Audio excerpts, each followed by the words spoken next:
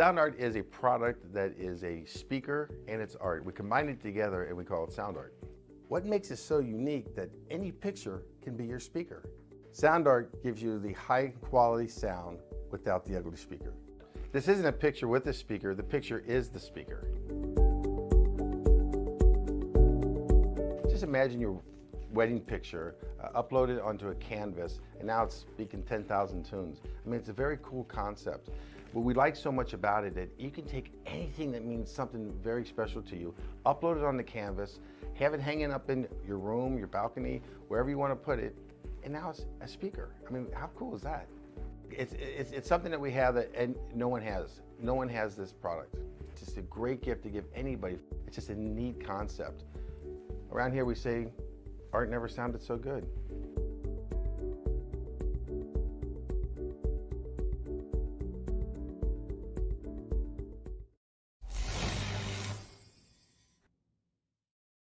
After months of quarantine, we're all interested in how we can become our best self. The team at Permanent Makeup and Cryo is here to help you get the flawless makeup look every day without the extra effort or time. When it comes to your appearance, you deserve the best care that money can buy.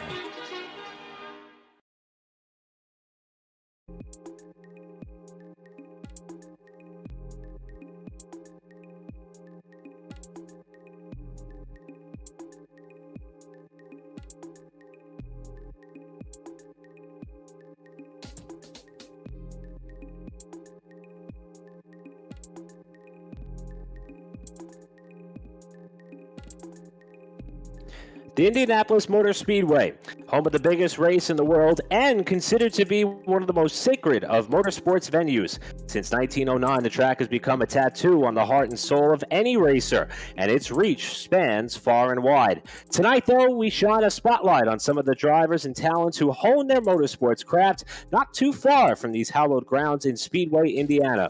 After all, karting is considered one of the most common of threads in the pathway to glory for any driver who could one day find success at the Brickyard. This is the Elwood Motorsports iRacing Karting Challenge presented by Jeff Hill Trailer Sales, and it's coming at you live on Pit Stop TV. Welcome, race fans. I'm Eric Brennan. Pleasure to be with you this Saturday evening here on the East Coast as we just eclipse the 7 o'clock hour, and we will have a wonderful agenda of racing in store for you tonight. I'm joined tonight by Joe Donahue, who'll be sharing the microphone with me all evening long. We also have Emerson Arden, who is handling all of our duties back at the production truck, and of course, Corey Rexford, who does an incredible job throughout social media. And speaking of, make sure you check us out as we are live on all of our platforms, whether it be Facebook, Twitter, or Twitch, and also on YouTube as well.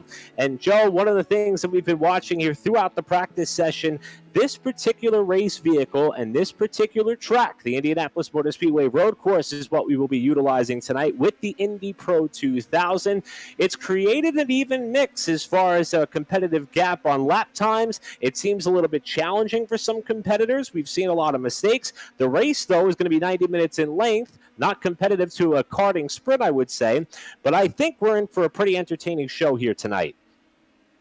I would agree with you 100%, Eric. I think these cars are really easy for these guys to understand and to adjust to how they like to drive them, whether they want more downforce or less downforce, if they want the straight line speed down the front straightaway, or if they're having some trouble with some of the sharper turns in the infield road course portion of the track. It's the kind of car that is pretty easy to work with, whether you have a lot of experience on iRacing or very little, and if you have any experience in the real world that you want to carry over. It's a lower tier, a support series type car, so in the real world, just as much as iRacing, it's the type of car you learn those sorts of things with. So I think for these guys, no matter how much experience they have with the car coming in, over the course of practice, qualifying, and the race, they're going to learn the things, the little intricacies that they can change to make the car run better and be more competitive with everybody else on track. And Joe, you bring up experience, and I think that's something that we could shine a bit of a spotlight on, especially considering the fact that a lot of these drivers here tonight, they come from the karting background, and some of them with 10, 20, even 30 years of real-life karting experience. Then we look over at the sim side, which was provided to us by the folks of Elwood Motorsports, and some of them have a same amount of sim racing experience, up to a decade. but there are also a couple who've only been in the game for a couple of weeks or so. And I'm curious if that's going to show at some point here tonight, but it's a unique event that they have been able to put on. And one of the main sponsors is Jeff Hill Trailer Sales that is located in Indiana. We're going to have a chance to talk to Jeff in just a short time from now.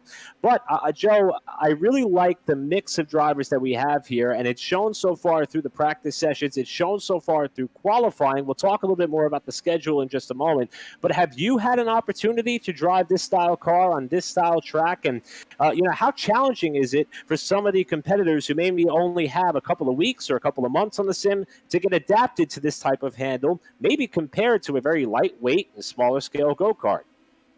I think that this car is a really good introduction and a really good chance for these guys to balance their skills on iRacing. A lot of people get iRacing, you go buy the program, which is a fairly big investment for someone, at least someone of my location in life and whatnot. But you buy the program, and there's all these cars you can buy. So obviously you're going to want to buy the big stuff. You're going to want to buy the Sprint Cup car, the Indy car, the prototypes from Le Mans, stuff like that. And then when you buy this car, so you finally pay the money to get the PM18, and it's a lower tier car. It's a slower car. Like I said, it's a support series car. But you've already built some skill off of the cars that go faster, the cars that maybe have a little more downforce, or the cars that are a little harder to drive. And you get in this car, and I felt when I was introduced to this machine that it was very easy to get a hold of because it's a support series car. It's built to be a little slower and to build your skill as a driver. So whether you're very experienced in the real world, very experienced in a go-kart, or very experienced in the game itself, I think that it allows you to build your skill. So hopefully by this point these guys have built enough that they should be competitive all amongst each other. I thought this car handled really well. I think it responds very great to whether you set it up to respond to big input or little input from your steering wheel and your pedals from your iRacing setup.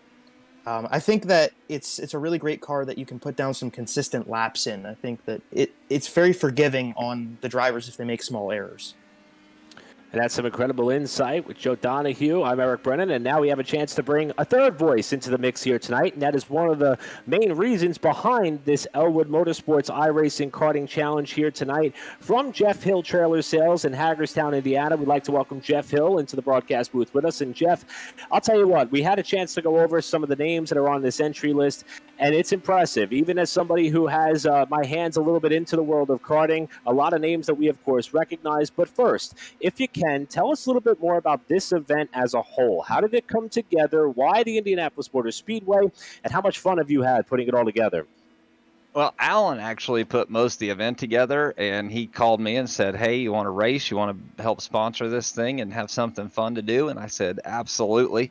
I'm excited to see some of the drivers we have here racing tonight. It's just a great group of guys that we get to race with all summer, and it's fun to be able to spend the evening together and racing at home. Now, the Alan you mentioned, of course, Alan Elwood of Elwood Motorsports, another gentleman who comes out of Columbus, Ohio. You, however, come from the Indianapolis area, and your story actually, to me, was kind of unique. I hear a lot about, business owners who get involved in motorsports or have a trade that kind of shifts over to the motorsports world. You, however, started racing before you put the trailer sales business together. First of all, how'd you get involved in kart racing in the first place? And how long did it take you before you realized that you had a bit of a market there as far as getting involved in the trailer sales business?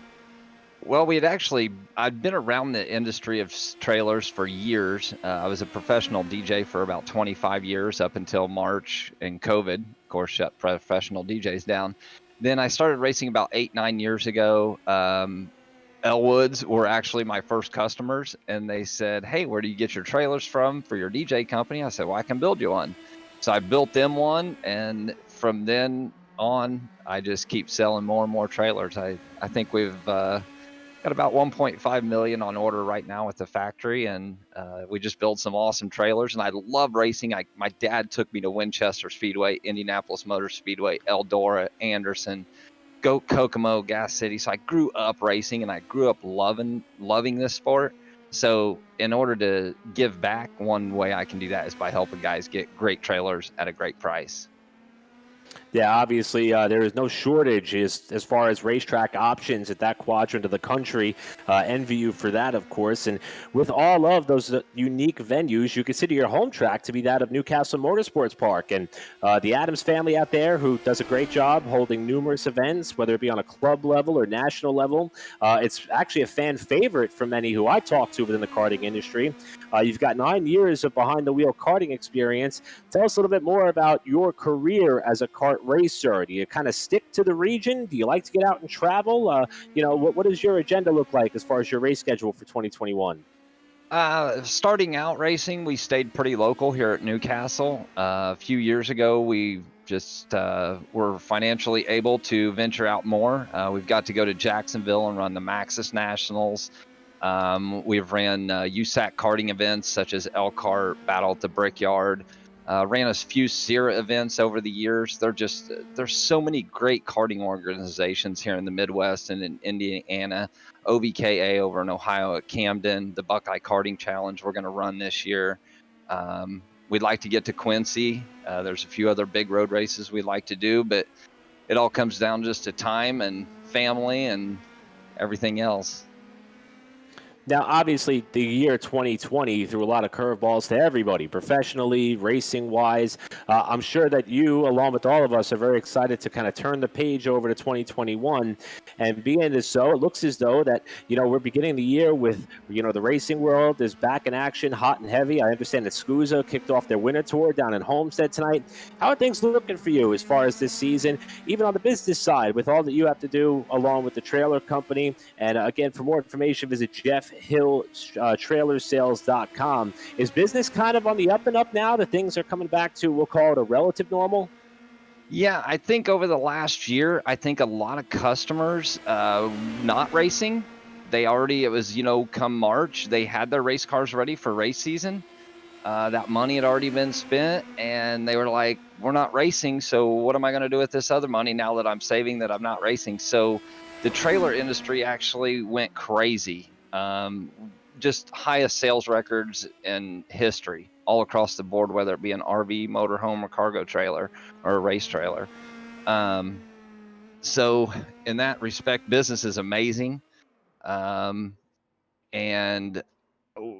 we just hope more people get to the tracks this year and the fans. I know a lot of racers that got to go, but they just hated it because there was no fans. And so hopefully we get fans back in the stands this year, fans on the side of the streets at the kart street races and stuff like that. That's what it's all about. Could not agree with you more there. Again, Jeff Hill of Jeff Hill Trailer Sales on the mic with us here as we are watching the final 8+ minutes of qualifying for tonight's event. And Jeff, I'm going to shift gears on you a little bit. You are entered in tonight's race, and I couldn't help but notice where we got the rubric block here of everybody's experience on the sim. Yours says about 2 weeks. I mean, how new to the platform are you? How much fun are you having? And what's your agenda for tonight? Hang on one second. I am about a month in, maybe. Mainly, I've been doing dirt track racing, so this is totally different to me. I love the kart and the asphalt in the summer, but my heart is in dirt. So I've been doing a lot of dirt track racing. So jumping in this thing is a totally different beast. I'm qualified dead last, and I'm plan to finish the race there. It's not looking too good for us here. I can't drift this thing through the side like I'd like to. But it's fun. iRacing this is the most unique thing I have ever done. I haven't played video games since the Rat Bag Racing on PlayStation 2. So this is amazing. And it is the perfect option at this time of the year when most of us are enduring frigid temperatures throughout most of the country, able to spend a Saturday night at home enjoying some of the racing action on the sim, and hopefully for all of you watching it on Pit Stop TV. Jeff Hill, I want to wish you the best of luck. Thank you so much for taking the time to talk to us. And a reminder to everybody, make sure that you support those who support motorsports. And Jeff Hill of JeffHillTrailersales.com has stepped up big for tonight's Elwood Motorsports iRacing Karting Challenge. Jeff, thank you so much for your time and support. Hey, thank you guys. And this is my first time iRacing experience live, YouTube, all this. This is absolutely fantastic. What you guys do is really cool, and we appreciate it. Thank you, Jeff. We really appreciate the kind words. Good luck tonight, my friend. All Again, right. that's Jeff Hill of Jeff Hill Trailer Sales, again, out of Hagerstown, Indiana. And for more information, jeffhilltrailersales.com. And Joe, we heard just there from somebody who has not been on the sim for all that long, mentioning it is a little bit of a challenge, it is a little bit of a learning curve, and a bit of an adaptability factor with this car and this type of track. But nevertheless, I'm looking at the top of this timing and scoring pylon here with about 6 minutes to go as we're watching Jeff Hill. I believe he was conducting that interview while he was out on track, as a matter of fact. So hats off to him there. But we've got a close one here in this session right now. It looks as though Adam Key is currently holding down the quick time, but he's got some company. Yeah, Richard Thomas is currently sitting second place on the leaderboard in this qualifying session, but he's less than a tenth off. Only 0.073 seconds is the gap between first and second right now on the track. You drop back to third, you've got about a 0.5-second gap to AJ Roderick sitting in third place. But like you said, it's close up there, and there's plenty of time left in the session for these guys to go out, put out an absolute doozy lap and get further ahead into that. Or for the guys further down in maybe below the top 5 at the end of the top 10, like Jeff Hill himself, get some time, maybe go out on track and put up a time that gets closer and close enough to Adam Key right now that maybe we'll see some more guys within that 123.1 or 2 second range for this qualifying session. And with under 5 minutes to go now in this session, gives us a chance to talk about the race. It's going to be a 90-minute timed event. So as we mentioned, a little bit of a longer event than what some of these kart races are privy to. Many of them, though, well experienced on some of the endurance races on the platform here at the Indianapolis Motor Speedway road course. The track, of course, is famed for numerous events. The marquee one, of course, the Indianapolis 500, but this road course, or at least some form of variation of it, has come into a bit of a spotlight of its own over the last few years. Again, originally designed to host Formula One back in the mid-2000s, MotoGP made a stop. IndyCar penciled it in as a second opportunity to compete in here. And you see the weather that we're dealing with here so far. I wish we had that here in Mooresville. 75 degrees, a clear track temperature, 111 degrees, and not that much of a wind factor here. That would certainly damper your hopes if you were on the oval and there was a pretty strong wind gust.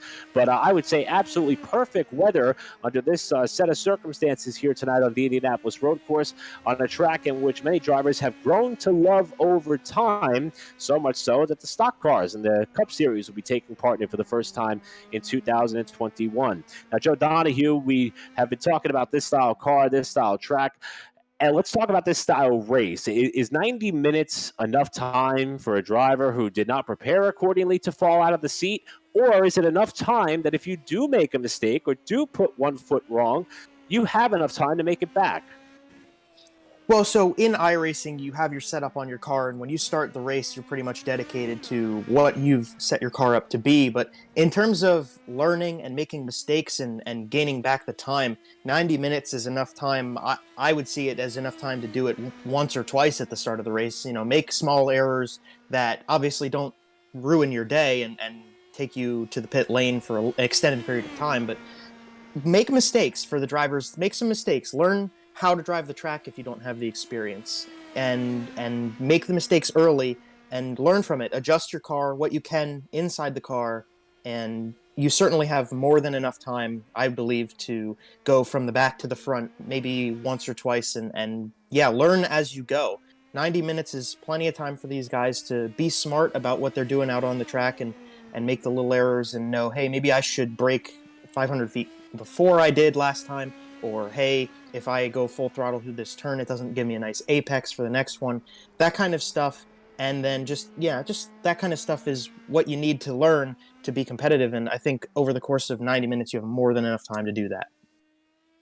So we're now down to the final 2 minutes of this qualifying session. Saw Alan Elwood note that the track is closed. So it appears as though that the driver that we are watching here, and Stephen McVoy, who is one of the entrants from north of the border, actually comes out of Tecumseh, Ontario, has over 14 years of real-life racing experience, about 6 months or so on the iRacing platform, trying to improve on the lap time that he set, which currently has him slotted into 9th position.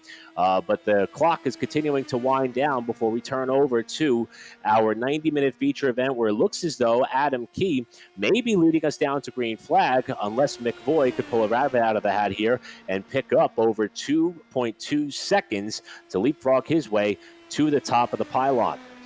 Joe, I've had the opportunity to see some other form of car at the Indianapolis Motor Speedway. The Skip Barber cars are fun to watch them sling their way around this racetrack, but these cars a little bit more planted. You've mentioned many times about downforce opportunities, but we're about to see these cars in as close proximity as McVoy there loses it off of turn 2.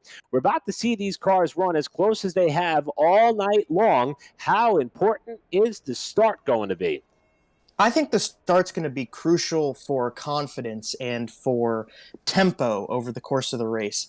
Obviously, like I said, 90 minutes is plenty of time to fall to the back and come back to the front throughout the course of the event. But in terms of the mindset of the drivers, I think that's what's really important about the start, is to understand the car and to feel confident going into the turns. Can I make a dive? Can I brake 100 feet later than my competitors? That's the sort of thing that the start's going to be affecting these guys with, and that's what these guys need to learn from this start and what will propel them forward as they go, because there's plenty of time to make small errors with the car, but if you have your head in the right place, that's how you're going to get to the front. I think that the start's really important for these guys to put their heads down, put the bullhorns on, and understand how their car's going to run for the race tonight.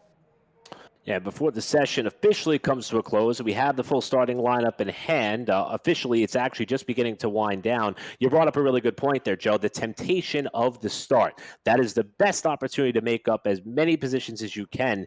You've got to have a little bit of trepidation there, though, if you're one of the front runners, knowing you've had the pace throughout the practice session. I mean, as of right now, Adam Key has handicapped his way into being the favorite for tonight. He was fastest by almost a second in practice. We mentioned that Richard Thomas got close to him so far in qualifying, but this is the chance for it to all come unglued.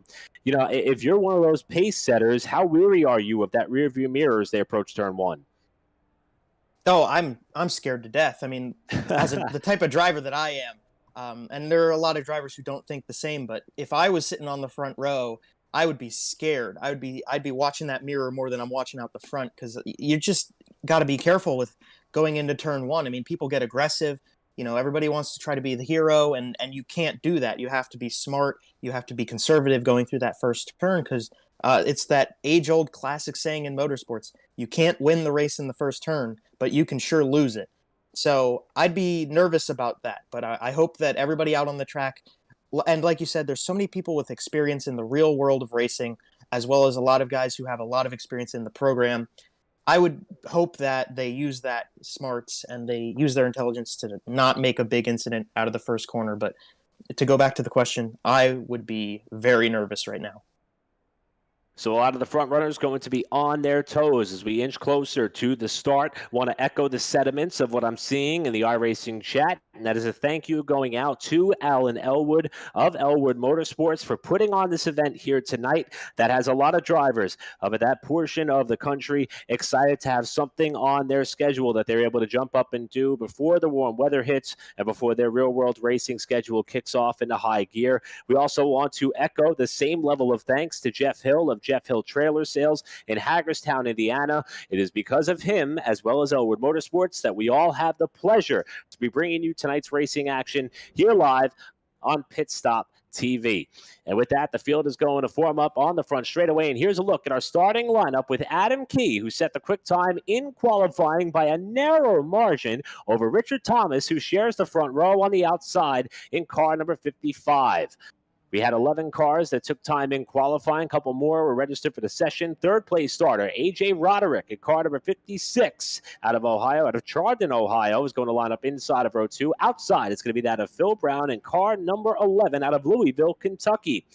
We'll take it back down to row number 3 with the driver who slotted in 5th in qualifying was Landon Brown in car 15. Outside is going to be that of Matt Abel, another driver out of Ohio, driving car number 63 in 6th.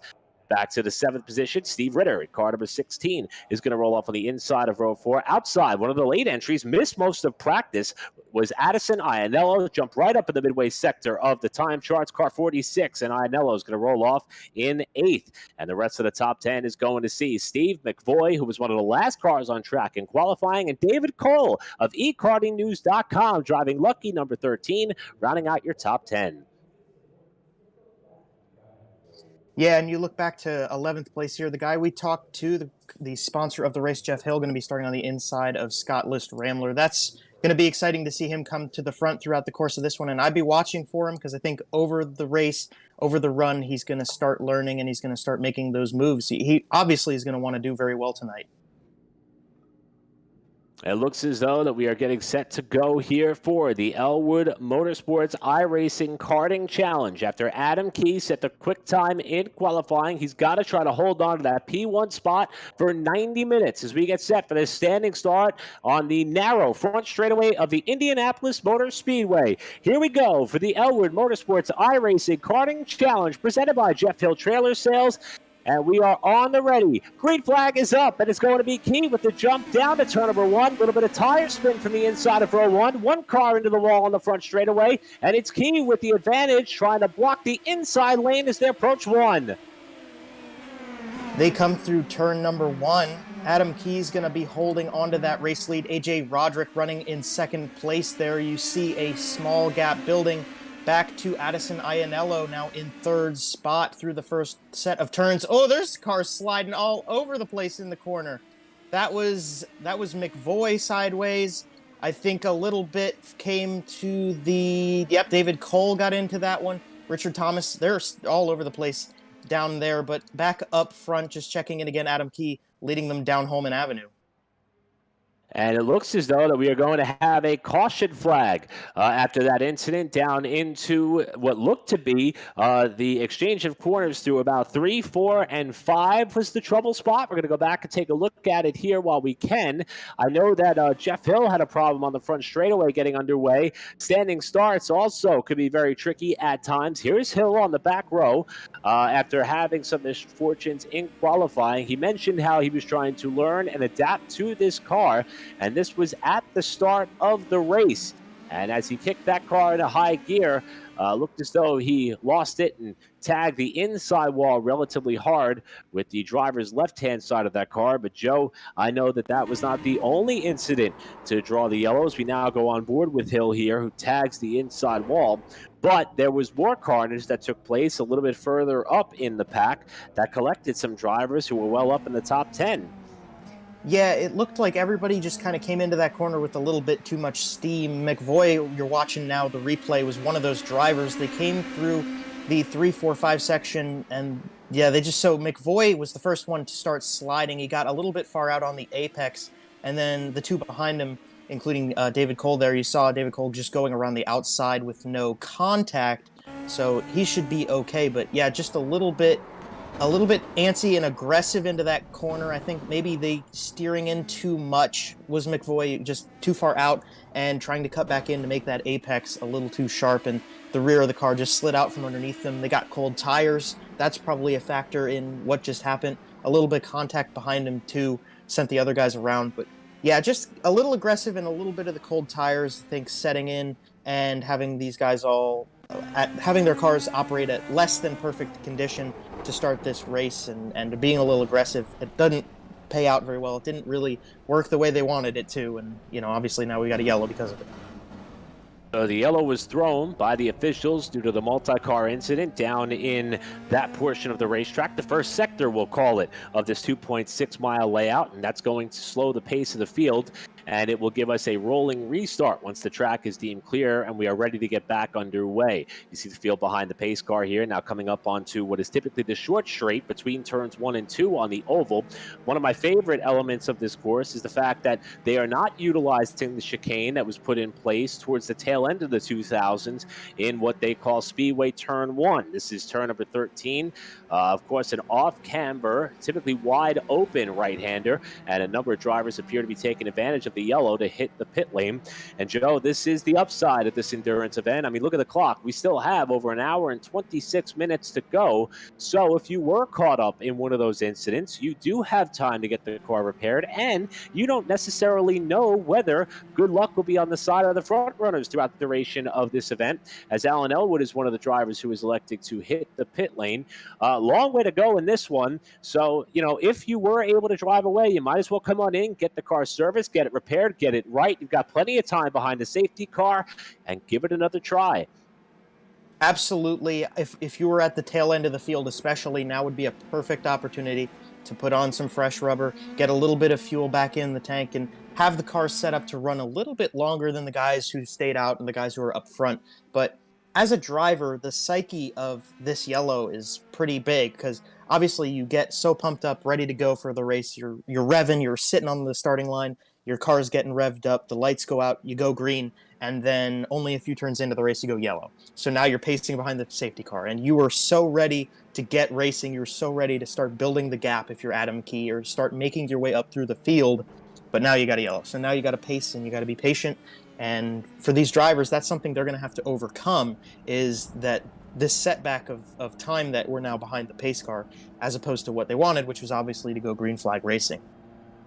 Motorsports psychology, one of the most fascinating of subjects to any competitor, as far as those who are able to perfect the art of getting into the right state of mind to get out and compete. And you kind of threw out a really good one there, Joe Donahue. I mean, these drivers are ready, raring to go. They got through less than a half a lap before they had to slow their pace. And now for Adam Key, who we are on board with, he's got to do it all over again. This time, though, it will not be a standing start. They'll be coming down for the restart under pace, and he will have A.J. Roderick, who, honestly, want to give him a tip of the cap after starting on what some may consider to be the dirty line on driver's right. Would have been our left perspective by looking up the front straightaway. Was actually able to stay within about a car length of Key up until the timing of the yellow. And Addison Iannello, want to give a call out to Iannello, who, as we mentioned, did not take part in this practice session. That's not to say that Iannello wasn't logging laps or getting reps prior to this event. May have been involved in his own bit of a test session, but nevertheless, Addison Iannello is right up there with the front runners, and now is going to be within striking distance of the drivers who have been top two pretty much ever since we kicked off practice here a long, long time ago. These drivers had almost 4 hours of track time for practice, about a 45-minute open qualifying session, and then, of course, this hour-and-a-half venture that is the Elwood Motorsports iRacing Karting Challenge. And it looks as though we're going to go at least one more lap under the yellow silk. Yeah, so obviously Addison made a great start, and I think that this is going to give us a chance to give these guys the opportunity to use their skill of restarts that are already moving. A lot of guys don't have the skill and the experience with the standing starts, which obviously could have played out in what we saw at the beginning of this race. But now we've set the tone, and we're giving them a chance to do a regular restart, which everybody should have a lot more experience with. It's much more common to just have a rolling restart, and most racing series is even have the initial start be rolling. But I would say that this is going to give us a chance to see if maybe Adam Key's going to get some pressure from behind, or maybe some other names from the back start moving to the front. Well, we're about half lap away from going green. Let's take this opportunity to thank some of those who make our coverage here on Pit Stop TV possible, starting off with our friends at Tucson Sound Art. And that is a spectacular gift idea. I'm already petrified at the fact that Valentine's Day is almost about a month and a week away, and that is a great idea. Tucson Sound Art. It's pretty much your picture and your music. Take any photo that you have or you like, and they will put that on a beautiful canvas for you, and they will put a Bluetooth speaker within it, and with that, you have a beautiful picture and beautiful sound that you could play either on Pit Stop TV coverage, music, your favorite podcast, what have you, in any part of your home. Again, visit Tucson Sound Art to learn more, and use the promo code PitStopTV at checkout for 10% off your purchase. We also want to thank Permanent Makeup in Maine, because when it comes to your appearance, you deserve the absolute best care that money can buy. New year, new you. This is the best chance to make it happen. PermanentMakeupInMaine.com to learn more. And we'll tell you more about it as our broadcast rolls on. And, of course, we are one of the companies under the Whiplash Media banner, as the field is now coming up in a formation on the main straightaway, getting set to restart here with about 10 minutes, just little less than 10 minutes in the bank. A long way to go, and it looks as though we are going to have a double file restart with the top two in lockstep formation here, waiting for the Porsche pace car to head off. It will do so here, and we will be back underway with a little less than an hour, a little more than an hour and 20 minutes to go. We're back to green. We put 10 minutes down. They're coming down the front stretch into turn number 1. Adam Key dove straight to the bottom of the racetrack to try to protect the inside line coming into the first turn. A little bit of pressure on the outside for second place goes away. Matt Abel got a great restart, puts his nose up in the picture at the front end of the field. AJ Roderick and Adam Key now building a small gap back to Abel at this point. They come through 3, 4, and 5. Going to get a little quick shorthand quick as... Oh, it looks like we got some trouble in the back of the field, actually. You see on your screen cars all over the place in the turns 1 and 2 complex. Stephen McVoy, I think he avoided some damage, not too much damage on these cars at the tail of the field. We stay green for the time being, so that's a good sign for these guys. But some of the damage on some of these cars at the end of the field, Alan Elwood, Steve Ritter, Stephen McVoy, Jeff Hill, all at the tail end, and small amounts of damage on all of their cars. I believe Phil Brown may have gotten a piece of that as well, as starts and restarts are proven to be incredibly treacherous. However, we have had a change for third position, it looks like. Iannello has lost that spot on the restart to Abel, who picks up the third position, and now will try to do all possible to stay within the draft of the front runners as they come up on the main straightaway. And the caution flag is going to fly. Second yellow flag of the race after the incident that happened, or I believe it's for the incident that happened fresh off the restart, involving a number of the drivers that you mentioned, Joe Donahue. Phil Brown, Alan Elwood, along with Steve Ritter, Stephen McVoy, and others, all involved in a bit of a tangle in what seems to be one of the troublesome spots on the racetrack. That first sector of corners as they come out of turn number 2 through 3, 4, and 5, and that is where the chaos has been erupting over the last couple of attempts at a green flag. And looks as though that the restarts will now be going to single file. That is coming from Scott List Rambler in the official chat of the session, that the double file thing just did not appear to work that time. So they're going to keep them slotted in a single file line. And it looks as though, Joe, we are going to line them up and try this again. Yeah, it's just a tough spot. That turn 1 is hard to see and hard to brake for at the right time, especially with less experience on the course. You won't have the braking zones set in the back of your mind that you're automatically knowing when to brake and when to hit the gas and when to turn and whatnot. But even for somebody who's got experience on this course, I mean, I've put in a good amount of time racing this road course, and I still struggle with turn 1. It's just a hard place to turn. It's hard to know when to turn, and it's very easy to screw up the line through that corner. And then obviously turn 2 is interesting because it's got a little crest on it. You kind of have a little bit of elevation working against you as you go through turn 2 and then get set up for the 3, 4, 5 complex. It's not an easy part of the racetrack, and it's tough because it's the first 2 turns you hit after you get the restart. I think that's a pretty important factor in that as well. But obviously, like you said, we're going to make it single file restarts, which should help a little bit and get these guys a little bit more conservative going into that first turn, that they're not aggressively racing against somebody beside them. But interesting setup, and it's just a tough set of corners to deal with. Yeah, we saw McVoy, who had one of the misfortunes here tonight. We'll give him one of the drivers who has definitely logged the most laps. Did everything possible in order to stay out on track during the 45-minute qualifying session. Here's a look at the restart that took place just a short while ago. We'll get a quick look at how some of this unfolded. Things looked pretty copacetic throughout the first few rows, but once they got down to turn number 1, it looked as though everybody tried to funnel back in line, but it just didn't seem to work out all that much once they got through the first few corners. Again, the good news is that the restarts from this point forward will be single file. Also, hats off to the race officials for having the ability to throw the caution flags to keep the field kind of, stuck together and give everybody a relative chance in this race, despite some of these early misfortunes. So we watch this field here through turn number 1, as Joe was mentioning, and there's the contact to McBoy from car number 5, and Alan Elwood. Looked as though he got into McBoy, and everybody else just accordioned in there a little bit later on. There's the 11 car, Phil Brown, backing away from the scene. Also, Jeff Hill, who we mentioned, put his name on this race as the presenting sponsor. Here is Hill in the beautiful Red Bull livery that he is adorning on that car. And he had some company into the tail end at the exit of turn number 2. So this is the second full course caution of the Elwood Motorsports iRacing Karting Challenge presented by Jeff Hill Trailer Sales here on Pit Stop TV. Again, Eric Brennan joined with Joe Donahue. And we also have Anderson Arden in the production truck, and of course Corey Rexford holding it down on social. And we are working our second stint behind the pace vehicle here under the yellow flag, awaiting what will hopefully be an extended green flag session that is still to come. What has been a rough start for these drivers.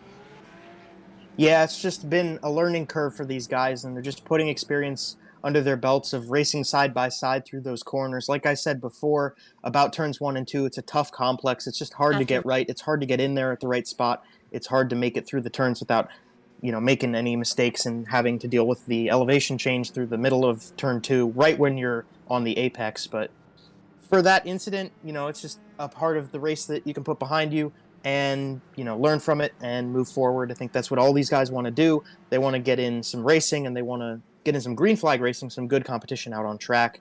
So hopefully we can put it all together and have these guys out there for a nice green flag stint that we can get a plethora of good racing under green conditions. So with less than an hour and 15 to go, we're going to go at least one more lap under the caution flag. Let's talk a little bit about your leader, Adam Key. A driver hails from St. Louis, Missouri. Believe it or not, despite what the stopwatch will tell you, only has about 1 year of sim racing experience. As we get the one to go signal at the line that time through, you would never be able to tell. Also, though, for Adam Key, 6 years behind the wheel of a race car.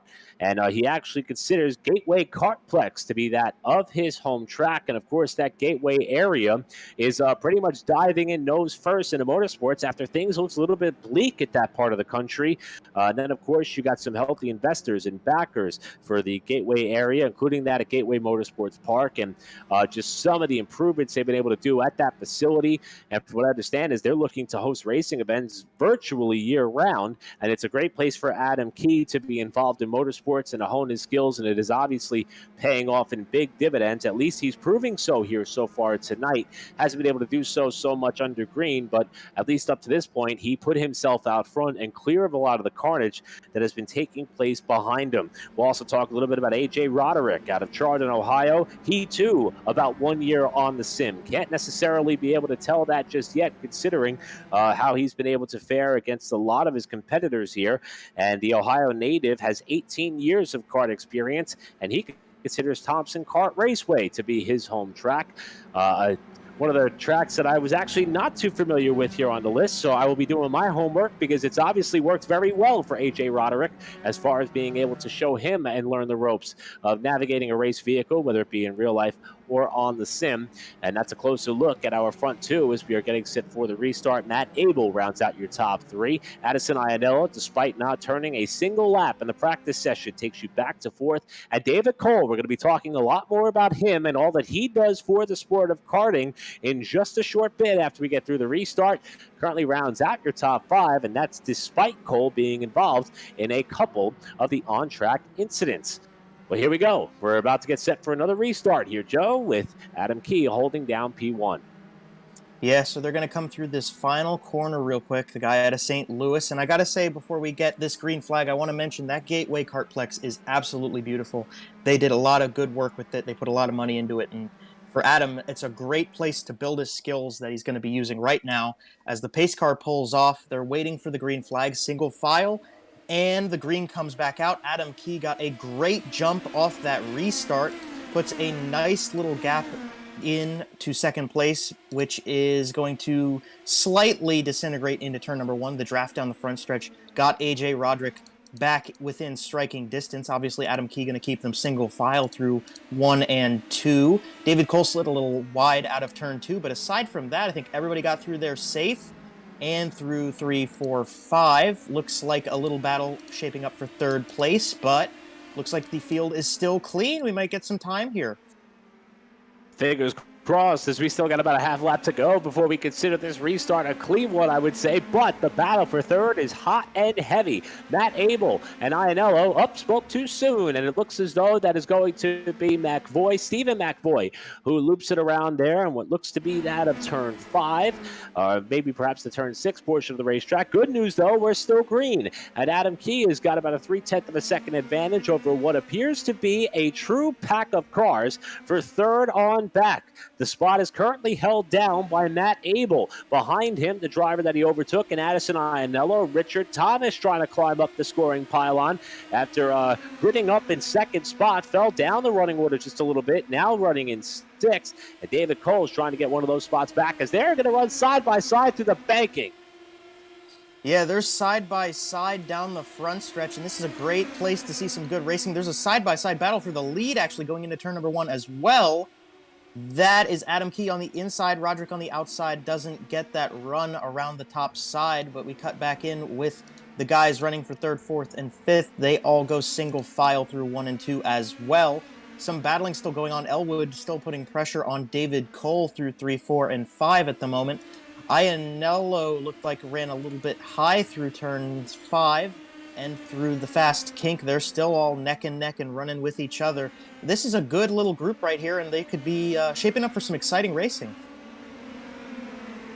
And we've seen some incredible racing, and we're also learning a lot about the effect of the draft, even on the road course at Indianapolis Motor Speedway with the Indy Pro 2000. But we did see the incident after the green flag and restart, and it involves Stephen McVoy. Here he is now coming through turn 2. This is the spot on the track in which I bet Stephen would like to forget for the most part.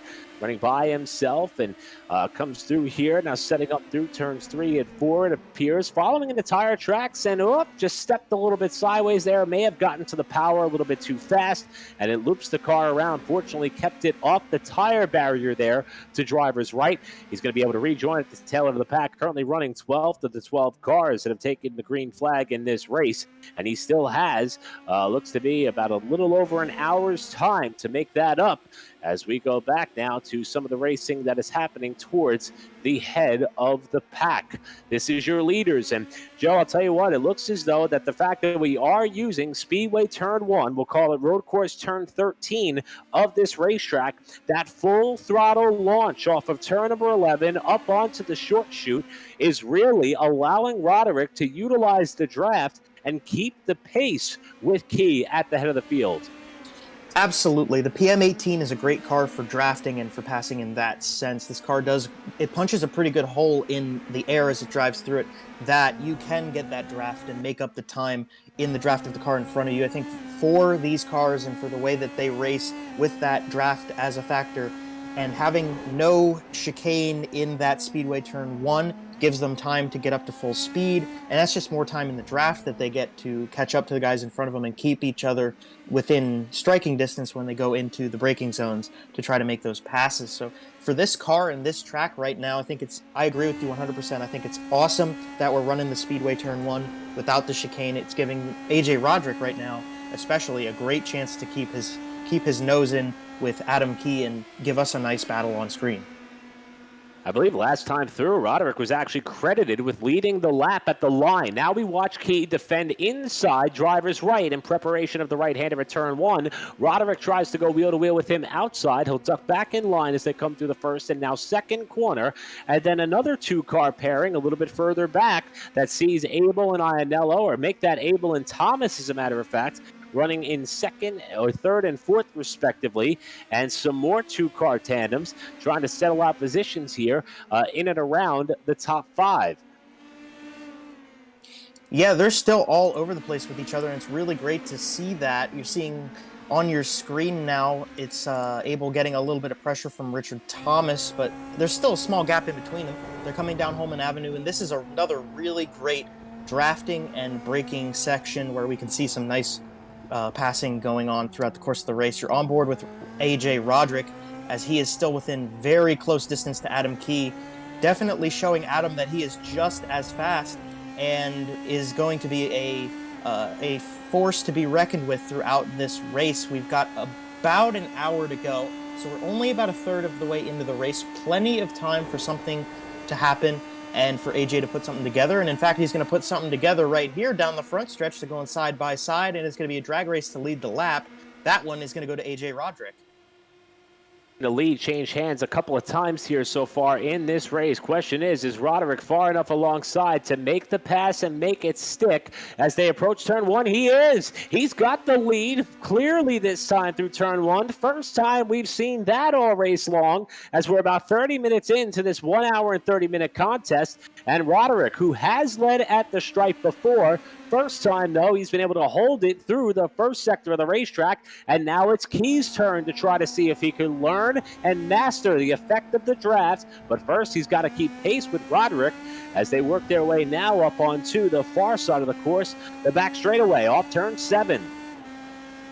I'm curious to see how Adam Key works in the draft. We know how AJ Roderick works in the draft. We know that he has what it takes to make that speed and get through the corners and catch up in enough to make the pass on Adam Key, but Adam hasn't done that himself. As you're looking at David Cole, had a little bit of a miscue coming out to Holman Avenue on his own. That number 13 car still on track and should be good to continue racing. We stay green, no trouble there. But as for Adam Key, like I said, he's working in the draft now, so it's going to be interesting to see what that 23 car can do, as we're going to get a replay quick. And while we'll keep one eye on our leaders, we're going to go back and take a look at what may have happened to that of David Cole, who was running down at the bottom portion of the top 10. Looked as though he just ran a little bit wide there coming off of the right-hander and caught the wall. We'll go back, get a better look at it here. And, yeah, stepped out on him there on the exit of the corner and caught the inside of the barrier. Did that of David Cole. Mentioned that we want to talk a little bit more about David Cole and his ventures. However, first we want to address the fact that Adam Key was able to use the draft to get up and around Roderick for the race lead. And while we show you the leaders at the head of the field, I want to mention that David Cole works alongside of Rob Howden at ekartingnews.com. And this is an unsolicited mention for all the hard work that they do for racers just like this. They keep you on tabs for all the touring karting series that there are. As a matter of fact, Rob is down at AMR Raceway in Homestead this weekend, covering some of the action down there for the Scusa Winter Tour. As we drop back to Alan Elwood, who has worked his way up to 5th, now just took the spot away, as a matter of fact, from Matt Abel.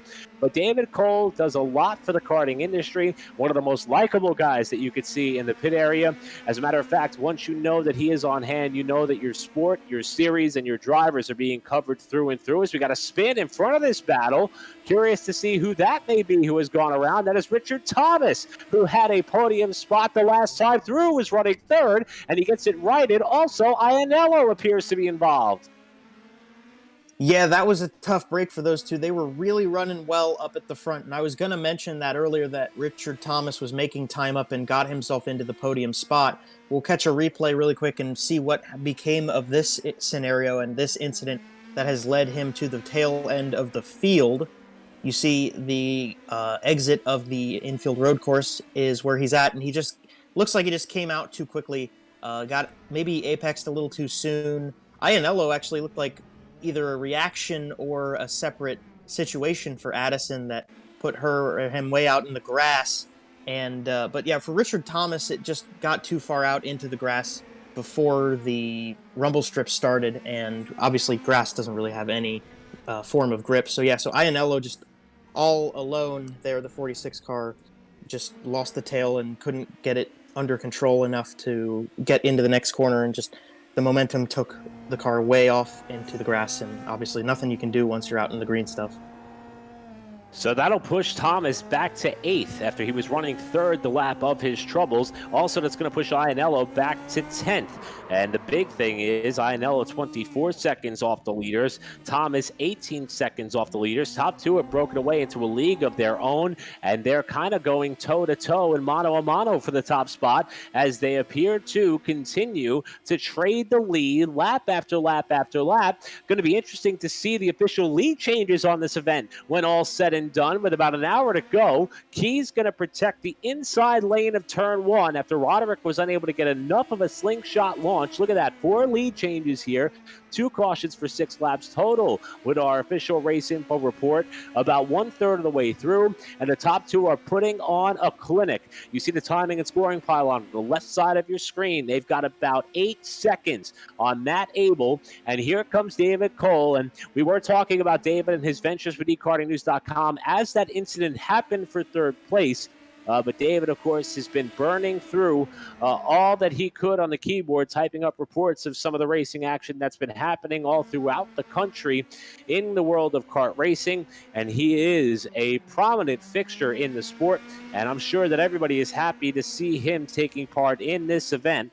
And tonight, back in the racing suit out of Grand Rapids, Michigan. And how about this? David Cole, granted he's a relatively young guy, 31 years of kart racing experience. That is someone who knows the sport in and out, and he is currently running back in about the 9th position, it would be.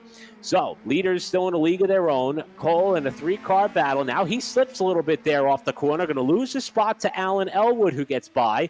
That looked as though it was through turns 10 and 11, or through turns 10, I should say. And that's going to kick Cole back to the 10th spot.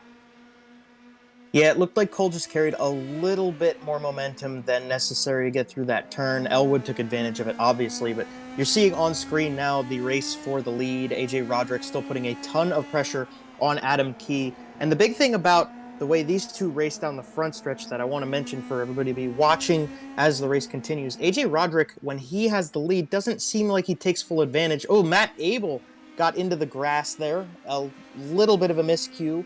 And you see that not too much time has been lost for that 63 machine, obviously going to lose the spot. And we're going to get a replay quick of what happened to the 63 machine. That's going to drop him from 3rd to 4th. Landon Brown was the one getting the up and up and taking advantage of this situation. Didn't quite hit that apex correctly, and the momentum in the tail end of the car just carried it around sideways. Not much Matt could have been able to do to stop that once it started. Momentum is a big part of how cars race, both to carry you into a corner, carry you through the corners, but it also comes around and bites you, and that just seems to be what happened to Matt Abel right here. Just a little bit more turn in than necessary and lost the tail end. Small error, only one position further back than he was when he went into the turn, so only a minor miscue for Abel there. Incredible to see just how willing this racetrack is to jump up and bite you at any point. And that comes with these drivers trying to do all that is possible to find an extra 10th here or there to maybe match the pace of these two that are on your screen. Pretty much Adam Key and AJ Roderick have been putting on a bit of a show amongst themselves at the head of the pack. That does not mean, though, that we do not have incredible racing going on a little bit further back. How about right here for the top 5? Steve Ritter, who is a name that we have not called on much here tonight. The driver out of Memphis, Tennessee, who when he wants to put in his number of sim racing years experience, the only item he could think of was, quote, a lot. And it's proving, as he is now looking down to the inside of what appears to be another competitor here for position. Looks as though that may have been Phil Brown that he was trying to navigate away by there. But Ritter, though, in that beautiful livery, has been keeping his nose clean for the most part. Now in a 3-car battle for what appears to be 5th position. Looks like one of those old-school McLaren Formula One liveries that he's adorning on Ritter's car. And he's got another driver trying to find a way through on the inside of turn 1. And if we were to get a caution, maybe it would be all that Ritter needs to propel himself up into contention in the latter stages of this one. Yeah, Ritter's been making his way up very solid, very patiently in that Vodafone McLaren car. And I got to tell you, Eric, when you say old school with that Vodafone McLaren car, it makes me feel old. Because I remember growing up and watching Lewis Hamilton, Fernando Alonso race those cars around this track.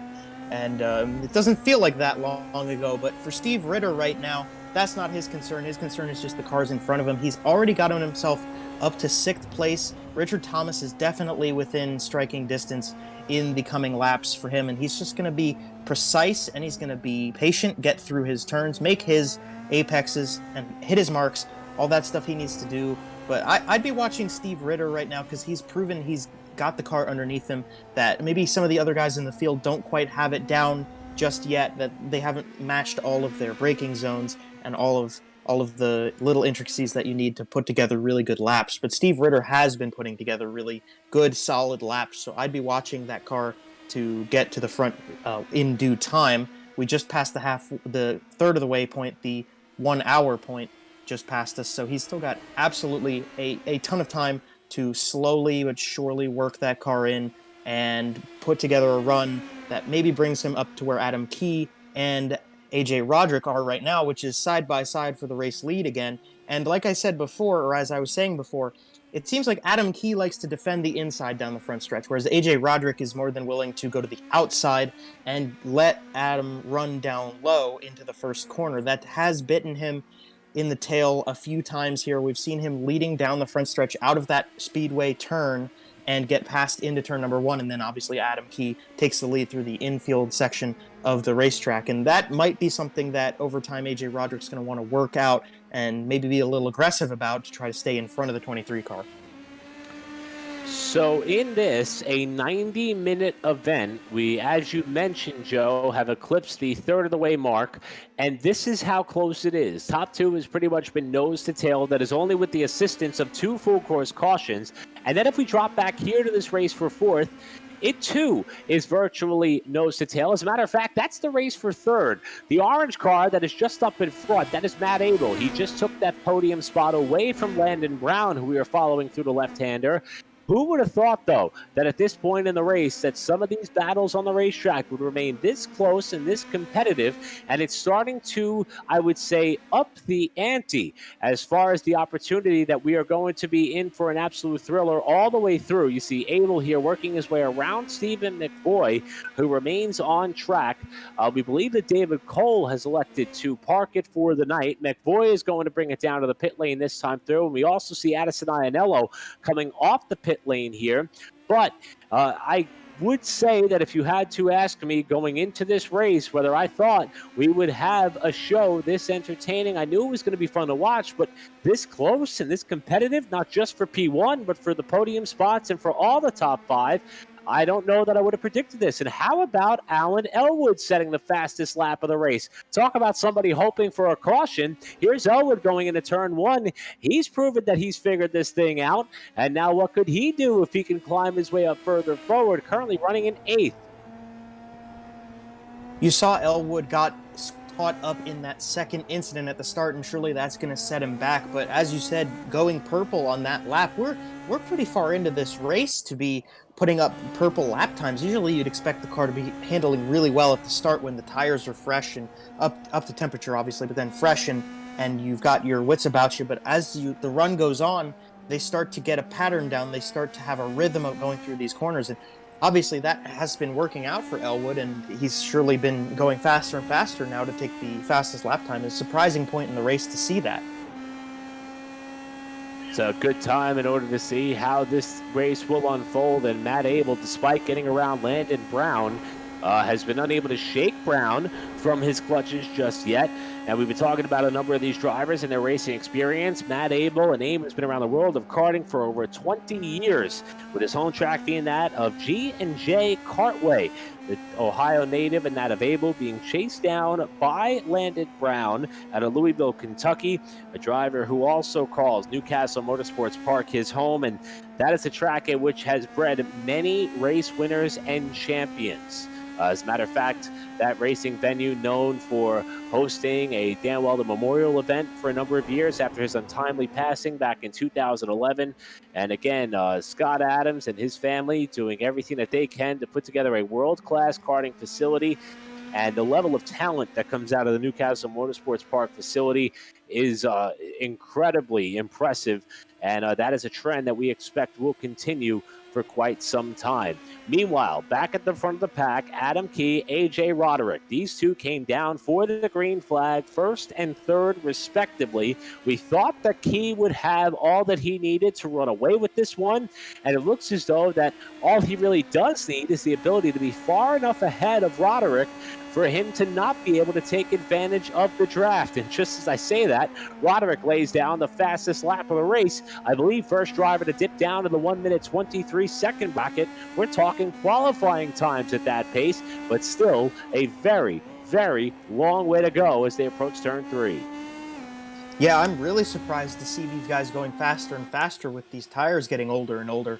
Right now, you're seeing a possible dive for third place, not going to go that time. For Matt Abel, still holding on to the third spot. He's got plenty of pressure behind him. Landon Brown all over the tail, and then Richard Thomas still lurking in the shadows as well. Landon Brown running the black Red Bull sponsored number 15 car behind this Air Force Aim High Chuck Yeager throwback number 63 machine. This would be the same scheme that Connor Daly raced in the IndyCar series this year, or at least at the Indy 500, that very few, if any, people would have actually been able to see in person. Richard Thomas still on the tail of those two, as the second place run AJ Roderick has put together is still keeping him on the tail of Adam Key. You see on your screen as you're on board with them, they go through Super Speedway Turn 1, and a huge run is going to propel AJ Roderick to the outside of Adam Key, who, as I said before, wants to take that defensive line, does so down the front stretch, and into Turn 1, AJ Roderick took the fastest lap again, but he isn't going to take the lead into Turn 1. Adam Key's defensive line pays off in Turn 1 for him, and Roderick's going to have to sit in second another lap. And Joe, we drop back here to the battle for third, which is 3 cars deep. And again, who would have thought that the front 2 would be so competitive, that third, fourth, and fifth would be so competitive, as we have a look here by Landon Brown to the inside of Abel for that spot. Thomas, who is rebounding from some misfortune that he had while holding down the third spot, has already caught these two in that race for third on back. One thing that I've taken note of is AJ Roderick and his approach into turn number 1 while on the outside. It looks as though that even though he gets to the line and is credited with the lead, he appears complacent as we go on board with Richard Thomas here, still trying to climb his way up the running order. Roderick appears complacent to back off very early, slot back in line, and not be too aggressive to try to take over the top spot from Key, or at least try to hold him tight at the approach to turn number 1. How long do you think that's going to last? Well, that could last all race long. I mean, it all depends on what AJ Roderick wants to do, but it seems like AJ Roderick's got the idea in his head and has the understanding that when he's following Adam Key through Super Speedway Turn 1, he's just gaining speed and momentum that Adam Key isn't going to be able to have on his own. And as a result, he'll be able to beat him to the stripe. He'll beat him to the racing line. And if he can keep consistently coming out of the infield road course in second place and then using the draft as an advantage to catch up and pass Adam Key before they get to the line, I wouldn't be surprised to see him do it all race long. Because obviously, if you know coming out of that infield section on the last lap that all you have to do is draft and make the pass for Adam Key to win the race, I mean, that's all you're going to do, right? The only part of the track in the race that it really, really matters to be in first place if you want to win is the stretch and to the checkered flag itself. Interesting to think that last lap rehearsals is something that is on the mind of these drivers on the Indianapolis road course, taking part in the Elwood Motorsports iRacing Karting Challenge presented by Jeff Hill Trailer Sales in Hagerstown, Indiana. And believe it or not, that's what we are talking about here. And look at this, 3 wide for third with Abel on the bottom and Richard Thomas back up to where he was when he spun from this very position in what seems like forever ago. And not that I'm going to break out the pom-poms just yet, Joe, but I wonder what Thomas has in store if we were to see a yellow, and if he was able to erase that 21-second plus disadvantage that he has to the race leaders who continue to enter turn number 1 side by side. Yeah, it would be very interesting to have the group get back together. I think we've run enough of this race that everybody's got their marks down. They know where their braking zones are. They understand how the track is running right now. And that could definitely keep those guys up there with AJ Roderick and Adam Key if we got the yellow and got them the opportunity to be right on their tails. It would be really exciting and interesting to see how the field would change up now that everybody's kind of worked their way in, gotten their braking zones down, and gotten an understanding of the track underneath them, that if the field bunched up again, how would the running order change, and who would be strong enough to make the passes on the guys who at the beginning of the race might have built a bigger gap or got caught up in an incident and unfortunately spread them out more than is needed for them to continue racing each other. But yeah, it would be really interesting to have that happen. Obviously, we don't want to wish any bad luck on any of our drivers. We want a clean, safe race for these guys, but it could definitely shake up the racing order. So we are on board now with Alan Elwood, who was making a charge up through the field himself. We saw him take 8th place away a couple laps ago, got up in the 7th position. Now doing all that is possible to try to pick up another spot over a driver we were talking about just a short while ago in the form of Ritter.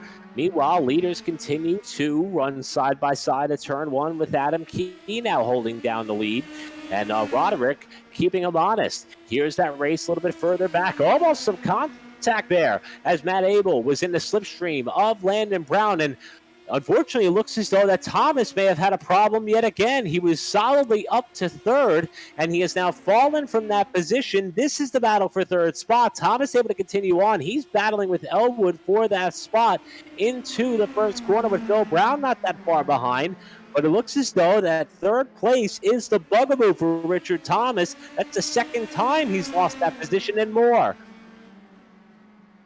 Yeah, they come through 3, 4, and 5 again. It seems like it's just an up and down. Oh, we got a car around. That's Addison Ianello caught and possibly beached at the exit of turn 5. That car might be high-sided, and indeed it was, as we're going to get a tow back to the pits for that number 46 machine. Unfortunate to see Addison heading back to the pit lane on a tow from this one. We'll catch a replay and see how that car got beached. The 46 machine running all on its own through 1 and 2. You see plenty of track on either side of the car, that there's no other drivers involved in this one.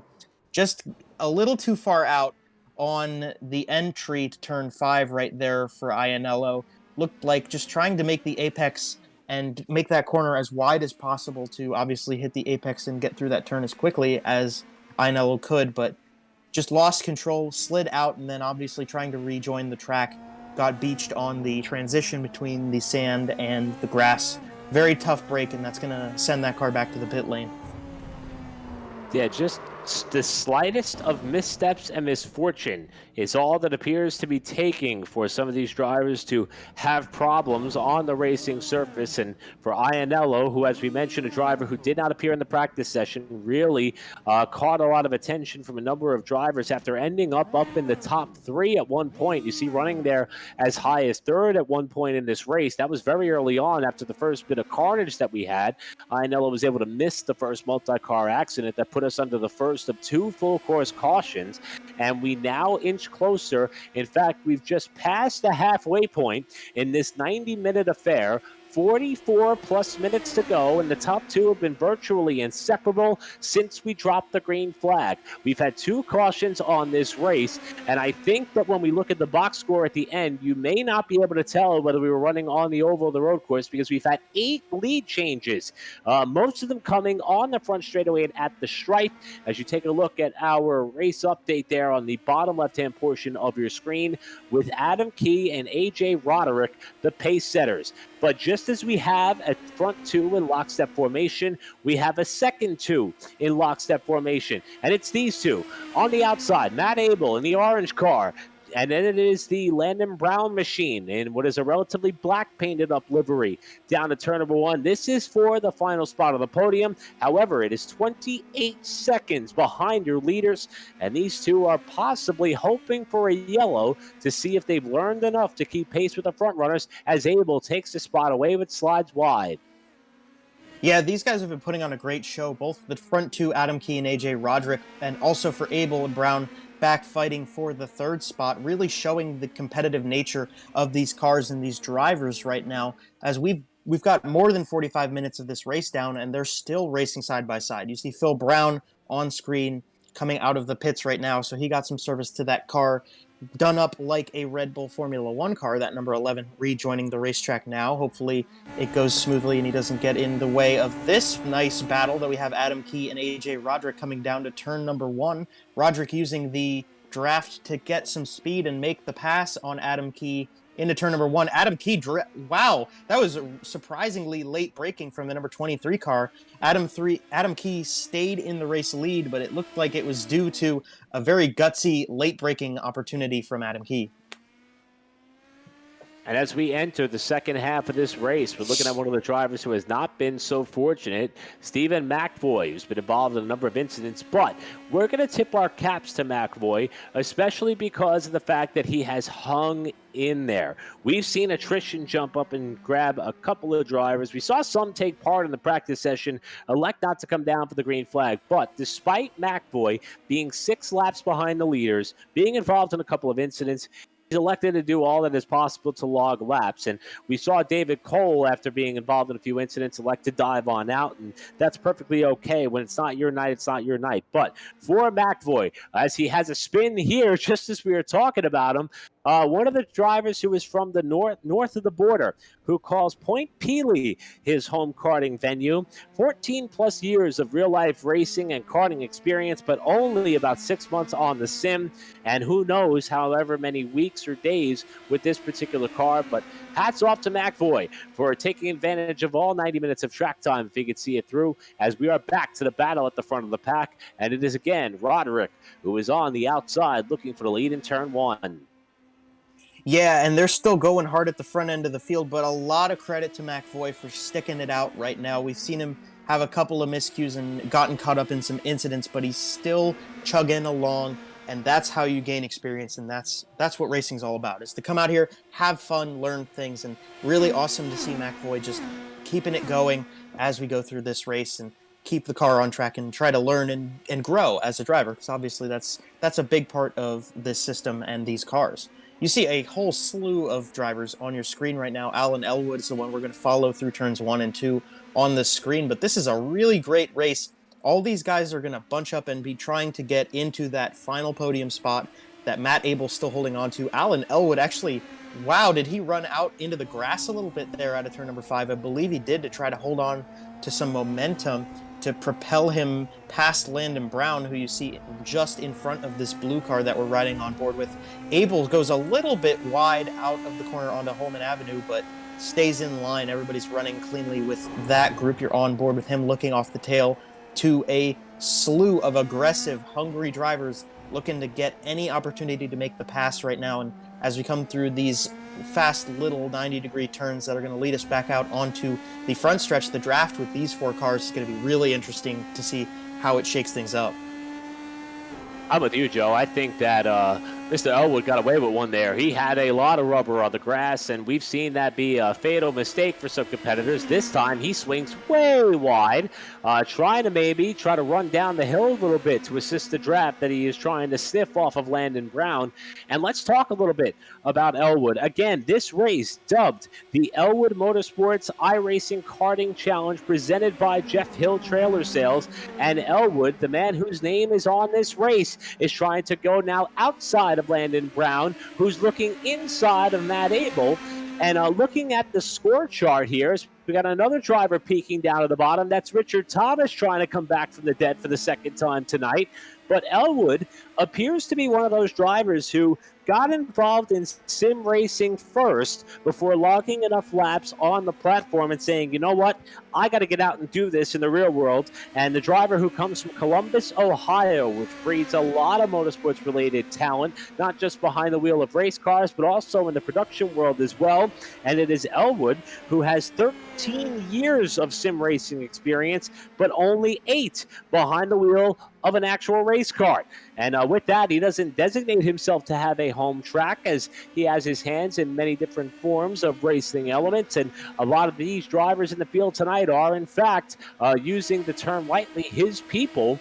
And he has, despite some incidents and misfortunes, worked his way back up into contention for a podium spot. And here's our runner-up, Roderick, on pit road.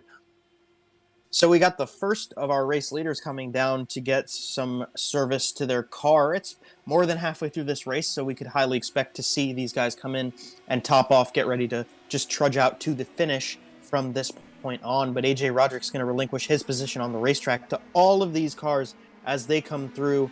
We're watching Stephen McVoy, who's just trying to stay out of the way of these guys as a lapped car. That's really all you can do, is just try to not cause any incidents with the guys who are racing for position and lapping you. So very respectable to see out of McVoy in that car. You see Elwood trying to dive the corner here. He went a little high out of the kink to try to carry more momentum and get the inside line through this turn. Not going to do so, but he's going to come back out onto Holman Avenue with it looks like a pretty good run.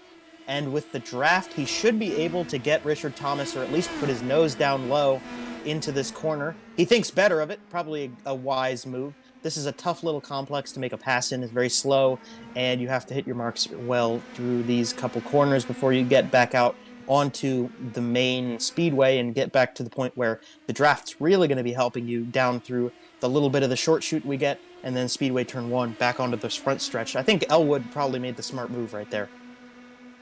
And Joe, while we are watching this battle for position with a couple of other drivers electing that it is now time to come down to the pit lane, like that of Landon Brown. Meanwhile, your leader, Adam Key, remains on the racetrack. Here comes Matt Abel and Landon Brown onto the pit lane. I have to wonder, if you are AJ Roderick and you are looking at the stopwatch, he came off the pit lane right behind that battle for third on back, trapped him in traffic for about a lap and a half's time. He's now trying to battle back himself and pick up a few more spots as possible, but most importantly, trying to keep his nose clean. I wonder how much, if any, time this is going to cost Roderick once we see Adam Key come down the pit lane, and once these cycles or these pit cycles have taken shape and come through, as we now have Elwood, your new second place runner, with Richard Thomas third, and we await Adam Key onto the pit lane to see how this all shakes out. Looks as though that Key is going to stay out for at least one more lap. Yeah, the strategy of coming into the pits is very important right now. We've had a really great green flag run that's been very long, and we might be seeing to the finish of the race even. I don't want to give it the commentator's curse, but it's definitely possible that we run the rest of this race out. And for AJ Roderick right now, he came in, got the fuel, got the tires, got his car set up to go to the finish. Adam Key's out there with the used up car running at the top end of the grid, and it looks like Roderick isn't really gaining a ton of time between himself and the leader, which would be Adam Key, as these laps go, where he's been into the pits and Adam Key hasn't. You sometimes in racing, you get an undercut when you come into the pits and take your pit stop before the car you're racing on the racetrack, and you get sent out back in front of them once they do their pit stop as well. But I'm curious if that's even going to happen with AJ Roderick right now, because Adam Key is still holding on to a pretty solid lead over not only Elwood in second, but back to Roderick, who's been his main competition throughout the race. So as we inch closer towards the 2/3 distance mark, let's do a little bit of housekeeping. Adam Key, the pole sitter, has led the most laps here today, but has been under heavy fire from AJ Roderick, who we are on board with momentarily, currently rides in the 4th spot. Adam Key, though, is coming to the pit lane this time by. He had a 34-second advantage over Alan Elwood, who did not stop. More problems for Stephen McVoy, as he is now missing the front wing on that car.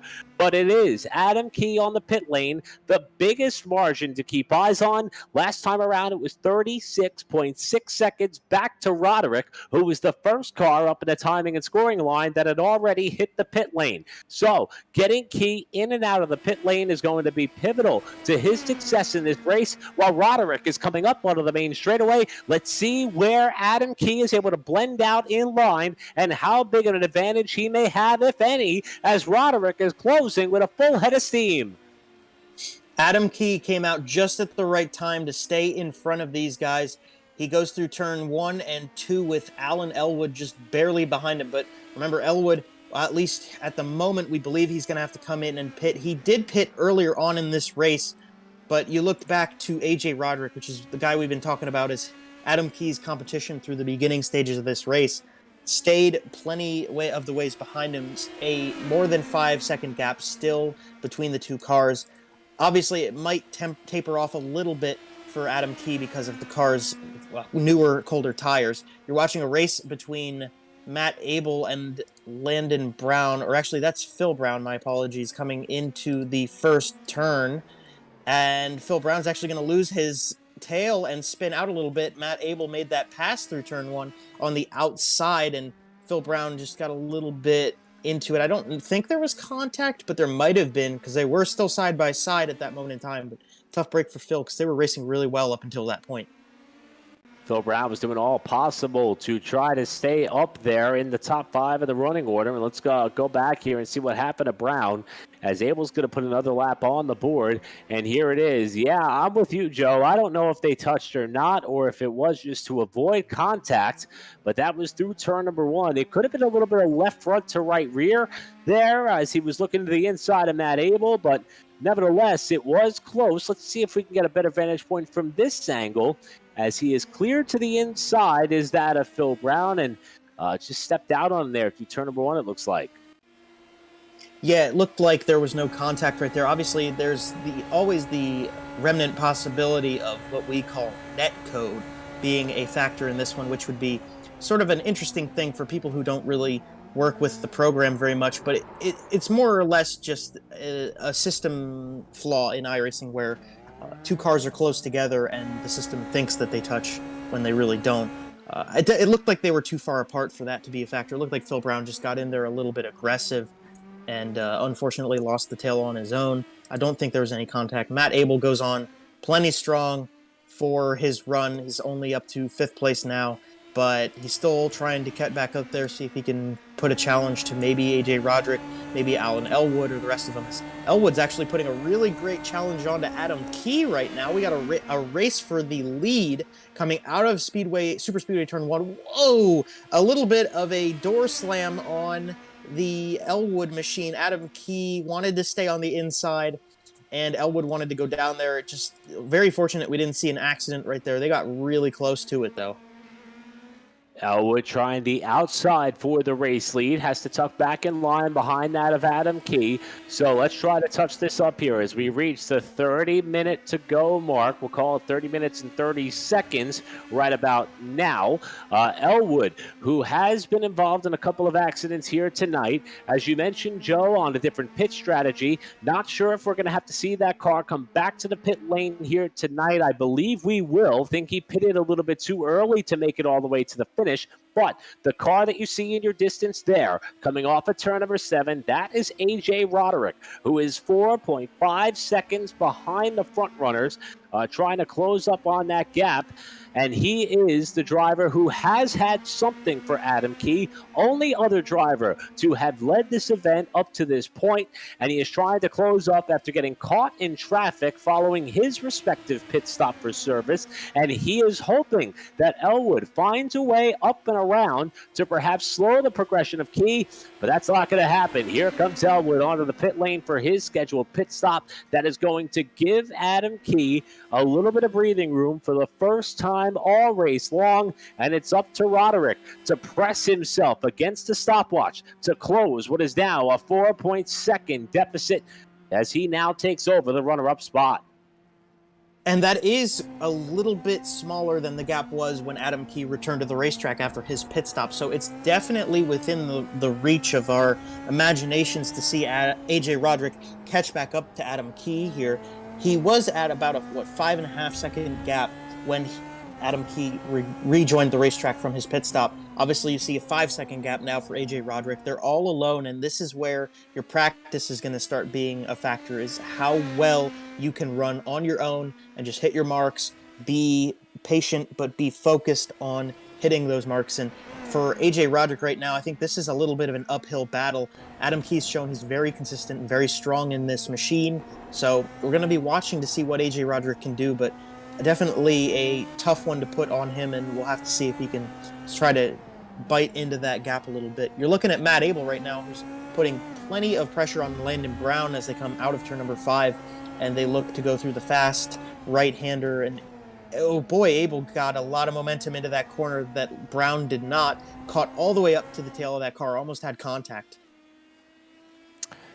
So with about 28 minutes to go in this race, we are watching Adam Key, who holds a steady advantage and what appears to be a bit of an ever-growing advantage over Roderick, who is second, with Elwood trying to blend out, hopefully up towards the front of the pack here to retain a podium spot in the final third of the Elwood Motorsports iRacing Karting Challenge presented by Jeff Hill Trailer Sales here on Pit Stop TV. And here's Elwood, fresh off the pit lane, cold tires on that number 5 car. And it looks as though trying to make up as much time as possible in the same corner that bit David Cole a while back. And he spins it around here up onto the back straightaway. Fortunately, nobody was around to cause more carnage, but nevertheless, it is going to cost him some precious time. And it is up to Roderick now to dig deep and close up an advantage that has opened up to over 5 seconds. Also, attrition starting to play a bit of a role here. David Cole, Addison Iannello, Steve Ritter, all out of the race. Also, we see Richard Thomas has elected to park it for the night. Stephen McVoy, despite a couple of incidents, remains in the running for the most part, as does Jeff Hill. But the rest of the pack, in fact, the lead lap cars take you back to only the 6th spot, as we have 6 cars on the lead lap with now 26 plus minutes to go. And Adam Key may have this race in hand if he can keep it clean at the front. Yeah, Adam Key has just been putting on a clinic right now. He's very strong in this car. And like you said, there's only 6 cars left on that lead lap, but we're 41 laps into this race now. Adam Key has turned 41 laps. I mean, we've had plenty of time out on track, so definitely to stay on the lead lap is a win at this point, especially for the guys who might not have a whole ton of experience in these cars or with this track right here. Even in the game of iRacing itself, it's definitely been plenty of time for them to fall off and get lapped, but obviously they've shown that they're plenty capable of staying at least competitive enough to stay on the lead lap up to this point. We've got about 26 minutes left in this race, and the gap between Roderick and Key is pretty substantial. It's now worked up to over 6.5 seconds, but there's still plenty of time in this race. We could see something come of it. Maybe a little bit of a slow up from Adam Key, or maybe Adam Roderick finds a little bit of liquid courage somewhere and gets caught up to Adam Key, or a yellow even could play a factor into this race. There's so much time left for something to happen that obviously Adam Key can't put his guard down quite yet. You mentioned cautions. We've had 2 of them in this race. Granted, it happened in the very first about 10 minutes or so of this contest. And there's a look at our race recap. 2 full course cautions for 6 laps total in this 90-minute event. Bit of a bobble there by Abel as he came off turn 7. And 8 lead changes. A lot of those coming, though, at the start-finish line at the assistance of a draft. So, been a very competitive event, nevertheless, here. But still now, as we are entering the final chapter or so of this event, a lot of positions still yet to be decided. And as we've seen so far here tonight, Joe Donahue, mistakes, they do in fact happen. Drivers do tend to push the limits. The blades of grass that outline the curbing here at the Indianapolis Motor Speedway road course, they too could catch a driver off guard rather easily. And that may be all it takes to put a driver who is currently holding down a front running or a podium or a top 5 spot and put him behind the 8 ball in this latter stages as things start to spread out for what seems to be the first time here tonight. This is the best battle on track. Matt Abel holding down 4th, Landon Brown in the 5th spot. These two have evidently been tied together throughout most of this race, and that may be the case for 4th and 5th spots respectively as they wind things down here closer to the checkered flag. Yeah, Eric, you mentioned the mistakes that have brought these drivers back together. One of those drivers who made a mistake earlier on in the race was Matt Abel. He just got a little bit aggressive in turn 5 and spun the car, or slid the car at least, that he lost a little bit of time. And at that time, he was running 3rd, lost to 4th place. And so obviously it can just happen to anybody, and it's something to watch, and it keeps the drivers on their toes. It keeps them focused because you can't let your guard down and let that happen, whether you're Adam Key up at the front with a 6.5 second lead, or if you're Matt Abel right now getting pressure from Landon Brown. Little mistakes lose you time on the track, and losing time on track is just going to lose positions to your competitors. And obviously everybody wants to do as well as possible. They want to get up to the front, they want to win the race, get a top 3 and whatnot, show that they have what it takes to do that. But a little mistake, especially at the closing stages, is really not what you want to do. So now is the time for these guys to kind of take what they learned, what they saw from their other competitors, and avoid doing it again.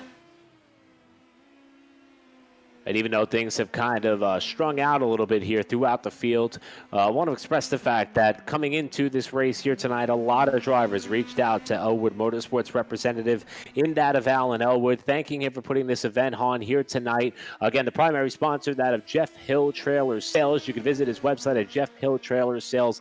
If you missed our interview with him earlier, be sure to check it out when you come on back to watch the replay of our content and coverage across all of our social media platforms, as well as YouTube and Twitch, as we are here on Pit Stop TV, one of the many races we have on the docket to kick off 2021, and we cannot do this alone. With Adam Key still holding about a 6+ second lead, let's take this opportunity to thank some of those who make these events possible here on the platform, starting things off, of course, with Tucson Sound Art. Again, a reminder that it is your picture and your music. You have full control over all that goes into making the sound of art of Tucson what you want it to be. It could be the picture of you, a friend, a loved one, maybe even your race car, maybe even it'll end up being Adam Key coming to the checkers in 21+ minutes time.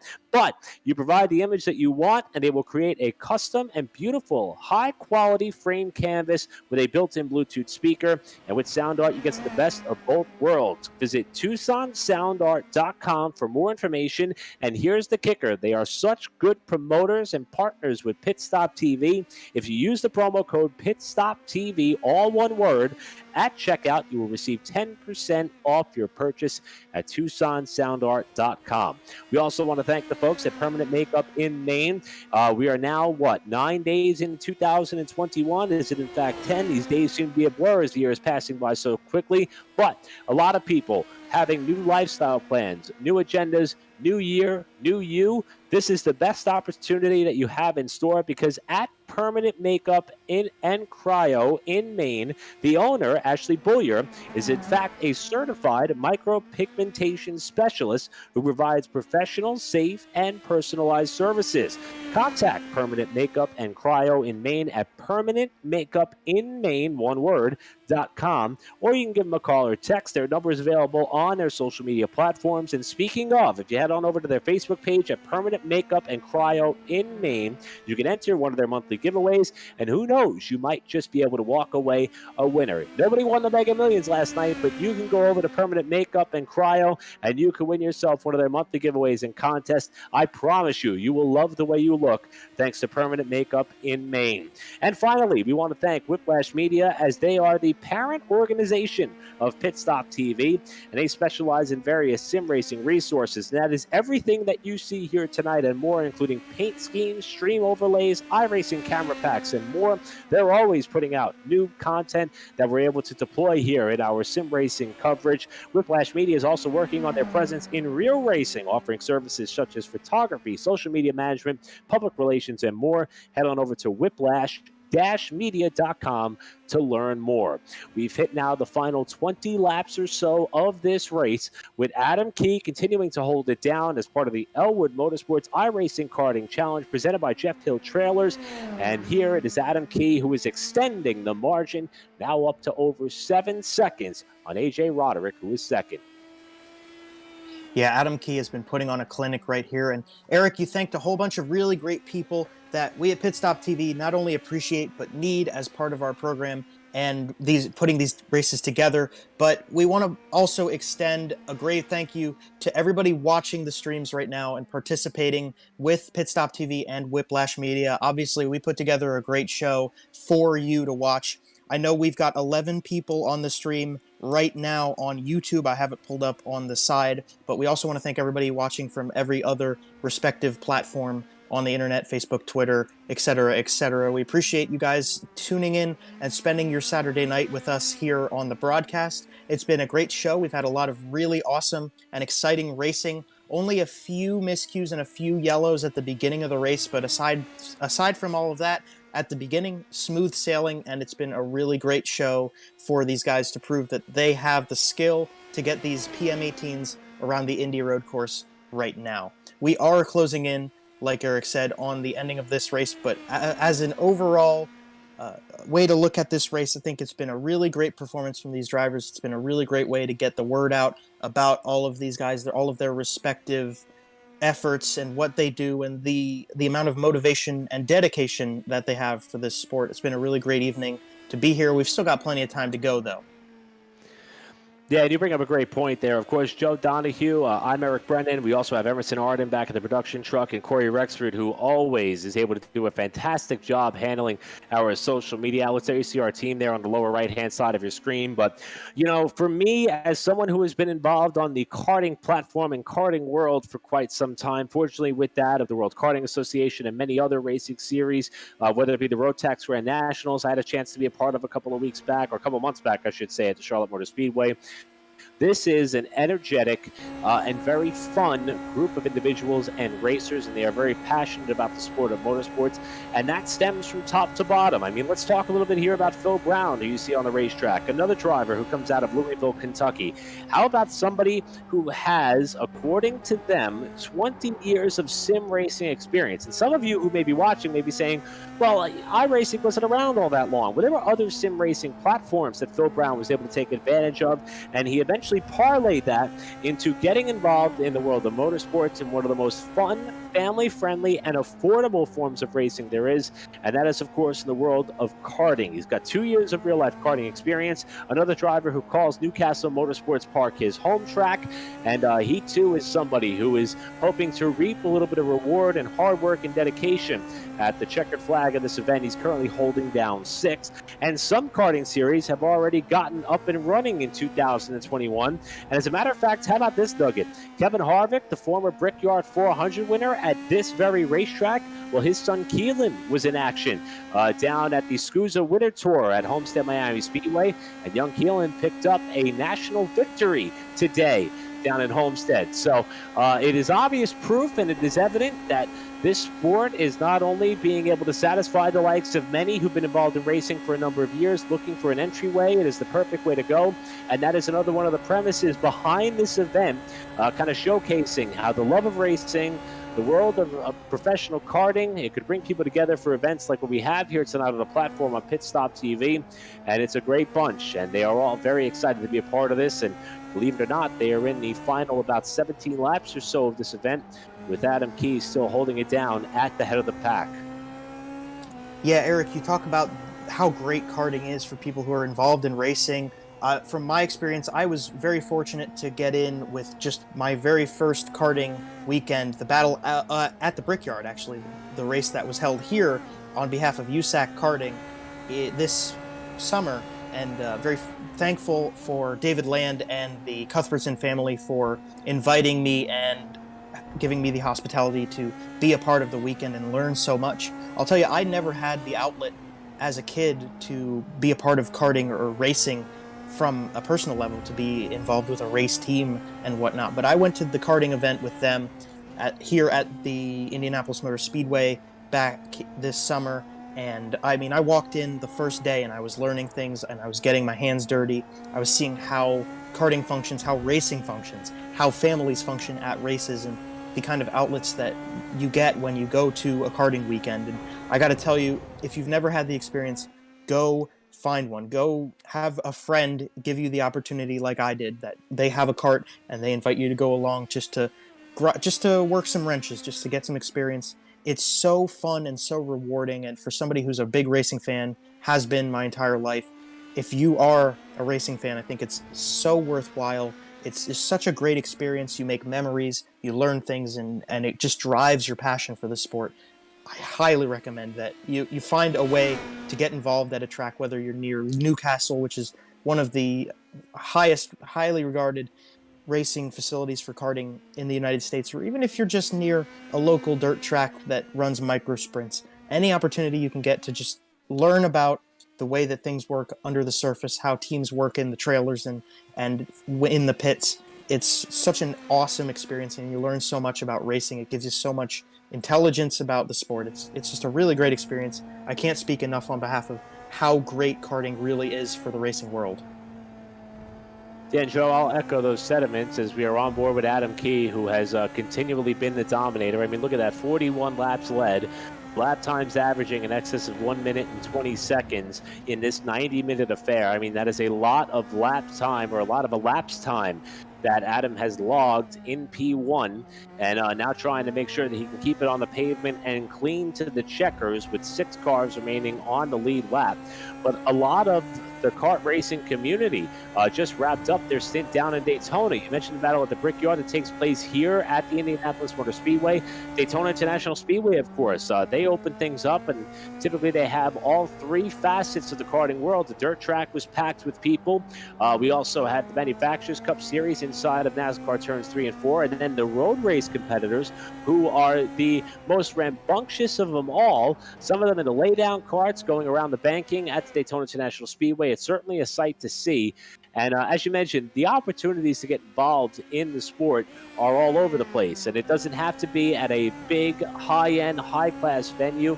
For us who are here in the Carolinas, you know, the Charlotte Motor Speedway literally jumped in with both feet. They used to have a karting track inside of the NASCAR portion of Turn 3 and 4. They tried to use a section of the Roval for a kart venue a few years back, and granted, it worked. They wanted to provide more, and they actually broke ground on what used to be a sector of old RV parking, and they built a purposeful actually permanent karting facility at the track, which will be utilized for many weeks throughout the summer months. And it's nice to see a bit of a rejuvenation as far as the amount of effort that some of these big league stadiums and facilities are able to offer what is a baseline or entry point to motorsports in the karting world. Now, here at this event that we have going on, Adam Key continues to extend the margin at the head of the pack. You see double digits now, the margin back to A.J. Roderick, who, thanks to the draft, was able to keep pace with him throughout some time. In qualifying, they were separated by less than a hundredth of a second. Here's Roderick now, who, Joe, I have to wonder if he's looking back at the timing of the pit stop as perhaps the reason. Maybe he thought the undercut would be the way to go. I don't know if he realized that he would blend out in the midst of a battle for third and traffic, but it looked as though that's all it took to allow Key to break free, and Roderick's going to be rethinking this one for some time, potentially. Yeah, I think Roderick was expecting the undercut to be a little more in his favor. It was kind of surprising to see these guys over the course of the run previously get faster, and we saw that they were setting fastest lap times more in the middle to the ending stages of their green flag stint before they came in and got fresh fuel and fresh tires on the car. So obviously Adam Key stayed out when Roderick did not, and I'm sure he thought that the undercut would help him in the long run, but Adam Key was still turning those fast lap times. And then, yeah, like you said, it just is crazy to see that so much time was put in between those two cars when those pit stops were done, and Roderick was just unfortunate to come out in the midst of traffic when he took his pit stop. I think that did make a difference in his run too, but he's also been losing time throughout the course of this run just on his own. He had at one point a 5.5 second gap in between him and Adam Key. At this point now it's down to over 12 seconds. So I think not only is the pit stop going to bite him for losing that position where he was racing Adam Key, but just over the course of this run, pitting earlier has kind of worn his car down a little quicker than Adam Key's. Yeah, now once attrition started to come into fold, as we are on board now with Phil Brown, who's had an up and down race to say the least. As a matter of fact, Brown is the last car on the lead lap, a little bit in danger. We'll call it about 20 seconds or so in danger of being put a lap down from the race leader. But once attrition started to take hold, it looked as though that some of the competitive battles we were following throughout the duration of this race started to string out a little bit more, and the pit stops obviously playing a big role. And Key has just found himself a rhythm, and I'm sure that when he closes his eyes at the end of tonight's racing venture, he's going to be able to turn laps the 1 minute 23, low 1 minute 23 second bracket as he enters into his sleep portion of his evening. He has just perfected the art, the race line, and the craft of getting around this Indianapolis Motor Speedway road course, and he is starting to open up that lead exponentially with minimal risk of lap traffic coming into play at the end of this race. Not over until it's over, of course. He's going to be coming around to trip another lap on the board, and we'll look for some of the more intense battles throughout the field. But Key, Roderick, and Elwood in a race in which Alan helped put on here tonight. Currently your podium setters with Abel and Brown, who continue to be tied together virtually at the hip, take you through fourth and fifth. With Phil Brown, your last car on the lead lap, Jeff Hill and Stephen McVoy still on the racetrack. And then we get back to some of the drivers who have elected to end their night of racing action in Richard Thomas, Stephen Ritter, Addison Iannello, and David Cole. who were involved in tonight's racing events but did not make it to the conclusion. Let's go back here and watch Phil Brown as he approaches turn 1 and looks as though he overcooked the entry. Heads up move by Brown to get it on the binders and get it stopped and easily turn back down to the entry of turn number 1 without major incident or contact. So Brown proving that mistakes are still possible as we go on board with just a handful of laps remaining. Yeah, Brown just did a great job of accepting his fate, missing that corner there, but being very quick to realize that he was going to do so and just lock up the brakes and stop that car as quickly as possible. You're absolutely right, Eric. I think that is a really great showing to us and to our viewers that we can still see something come of these drivers. There could still be the possibility of mistakes making a difference in the running order at the ending stages of this race. And I think you could even say it's amplified at the end of the race. I mean, we've been running for over an hour. You know, these guys have been sitting at their computers, running their hands gripped tight to the steering wheel for so long, and you've had focus for so long too that you've just been hyper focused on the track in front of you. This is the part where it starts to get strenuous and long, and maybe this is where the focus fades a little and weans a little, that we could see these guys have a lapse of focus that results in an incident or some sort of miscue that brings them closer together. And no matter what racing you're doing, you have to be at 110% the whole way through it, and it gets hard after a while. And I think we've passed the point where it's difficult to keep your focus and keep your hands, you know, keep the blood flow through your hands, keep them on the steering wheel and hitting your marks. And so with 10 laps to go, surely Adam Key's doing his hardest job to stay in that position where he's got the 110% focus. Same with Matt Abel, you're seeing on your screen now. It's just the way that the racing goes. But I do think that right now, if there's any time that we could see mistakes, it would be that these guys are kind of tired out and have been doing this for so long.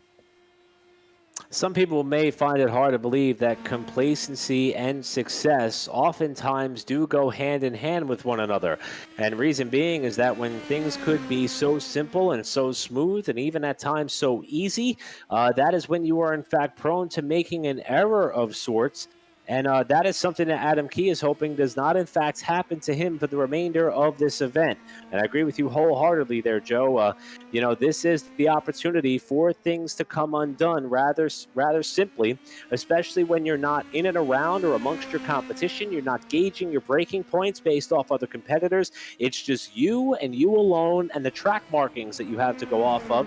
And something that Adam Key is going to have to keep in mind here for the first time in quite some time is the potential of lap traffic. We're watching here, though, your third-place driver in Alan Elwood, I should say, up on the main straightaway, trying to cement a podium spot after what has been a mixed race. And you have to wonder for Elwood as we go back and start to look at how the scoring charts are going to pan out on the box score when all's said and done. Remember, Elwood was involved in one of the opening lap incidents, but he did not turn a lap in qualifying. Elwood, who did not put down a lap time in the qualifying session, started all the way back in 14th position. Granted, he was able to get the car repaired after one of the first of two full course cautions. And you see the Elwood Designs livery on the number 5, been able to work his way up in the 5th position at one point, was challenging leader Adam Key for a front running spot. But looks as though we have Adam Key on the pit lane, according to my vantage point here. And he is Adam Key, the race leader on pit road. What is this going to do with the pit strategy here?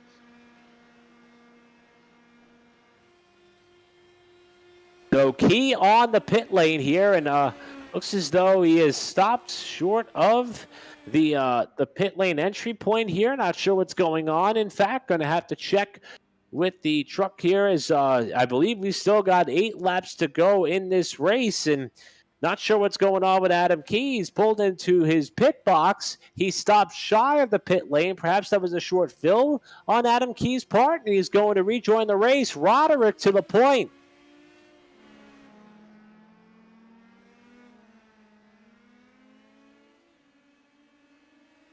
So Adam Key, who may have short-filled when he came down for the pit stop and could not stretch it to the checkered flag. Roderick is going to inherit the race lead.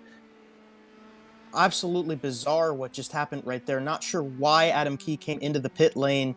What was the cause of that? Did he short fuel? It's just, you would think that you'd be able to work that out ahead of time. Obviously, it may be a little bit of inexperience coming to fruition right there, but that was absolutely the curveball we did not expect. And that's why you got to keep your eyes on the prize and stay focused on this stuff, is to see something so bizarre come out of the result of this race with just over 2.5 minutes left in the session. Well, for everybody who's been watching, who decided that Adam Key had this one in the bag, and I have to admit that I may have been one of those people at one point in this race, could not have been more wrong, and now we got a race for second. Now, Key is very lucky that the margin that he had at the head of the pack has allowed him to retain second place for now, but Alan Elwood has him in the slipstream, and we are on board with Elwood on the front straightaway trying to catch Key for that runner-up spot, while Roderick is up to a 23-second advantage. Now, does Roderick have enough fuel to make it to the end? This one is starting to turn up in terms of intensity with just a few laps to go. Yeah, we've got some really nice races going on. You're watching we're watching from Matt Abel out the back, and he's coming down the pit lane now too. Matt 63 car is going to come down as well. We're watching McVoy, who's letting everybody through, and a little spin there from the 92 machine. Very interesting set of circumstances going on all over the place on this racetrack. So what a bizarre ending to this one here. Now we have Abel coming to the pit lane. Roderick so far still out in front by 23 seconds, and here's the battle for second spot. It is Elwood on the backside of Key, who had this one potentially slip away from him here as they come to the line to put another lap on the board, and Elwood is all over the rear wing of Key for that second spot as the laps continue to click off. And Joe, I think he's close enough to take advantage of a draft here. I certainly agree. I think this is definitely within striking distance for Elwood. He's just got to stay as close as he can to that drafting line through Speedway turn 1. Elwood's got plenty of momentum, that 5 car. Watch him to take the dive to the outside, and he does so there. He didn't get him at the line that time, but there's still plenty of time left on the charts as he goes around the outside into turn number 1. Key defended down low, and Key's going to try to slice back in, and does so. Elwood slides a little bit out of the exit of turn number 2. That was a great race through the first 2 corners. Elwood still within striking distance, and I certainly think he's going to put the pressure on as they come around once again to get to the stripe. You mentioned a little bit earlier when we were watching the front 2, which at the time was that of Adam Key and A.J. Roderick battling for the lead. It looked as though Roderick was willing to not press Key down to the inside of driver's right in turn 1. And we saw Elwood that time turning up the pressure, and there was a car just in front of him that had some trouble, and they're going to get by and overtake here at the left-hander at turn 8 and be able to slot their way past the lap traffic cleanly. Elwood slips and slides his way through that portion of the racetrack as they work their way around Jeff Hill's car. They got by cleanly. Key still holds second. Elwood trying to draft up there in third. And on the main straightaway, we have more drivers trying to nurse their way home to the checkered flag if possible, with Roderick still holding the lead. Yeah, so it looks like timing and scoring says that the race is over, but it's showing us the white flag. It might... Actually, yes, so the race itself, I believe, did end right there. So Roderick did get past the stripe as the winner of this event. Adam Key held on to Elwood. You saw when they came back onto the speedway portion of the track, Elwood just got on the gas a little bit stronger than he needed to keep the grip of the tires in the rear, and got a little bit loose coming back onto the speedway section, which lost him a lot of momentum that he didn't quite get to give us the race with Adam Key that he wanted to try to fight for second spot. But a lot of credit to this guy, A.J. Roderick. He led a couple laps today. He showed he was very competitive throughout the event, holding on to Adam Key in the early stages and giving us a good battle there, and then having to stay patient and stay motivated when he had a little bit of a miscue in strategic judgment with his pit stop, putting him out much further behind Adam Key, and then just trudge on until Adam Key's unfortunate demise with running out of fuel at the ending stages of this one. A.J. Roderick regained the race lead and kept it clean to get to the line, won tonight's race in an excellent showing of skill for him to just keep it running and keep it smooth to the finish. And now Roderick is going to bring that car on the front straightaway, where I would imagine there was a bit of celebration in store and no hesitation. In fact, back that car into the outside retaining wall, celebrating this one. And, you know, I'll tell you what, Joe, we hear about these series that have, you know, crew chiefs on hand to try to help some of these drivers calculate their fuel settings, or spotters on hand to try to tell them what the other competition or what the competition may be doing. And tonight it was all about Roderick hitting the number where he wanted, and also a bit of a mistake there by Adam Key's part. And for Roderick, it all panned out. We thought maybe he shot himself in the foot when he came down the pit lane when he did, when he merged back up behind a couple of other drivers on the lead lap who were battling for position, and it turned out that he knew what he was doing all along, and it is Roderick who grabs the win for the Elwood Motorsports iRacing Karting Challenge presented by Jeff Hill Trailer Sales. We're on Pit Stop TV. We're going to step aside momentarily. When we come back, we hope to chat with some of our front-running finishers, as we'll be back here for more live coverage on Pit Stop TV next.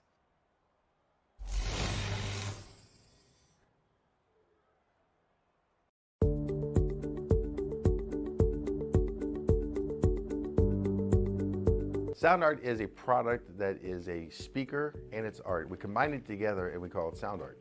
What makes it so unique that any picture can be your speaker? Sound art gives you the high quality sound without the ugly speaker.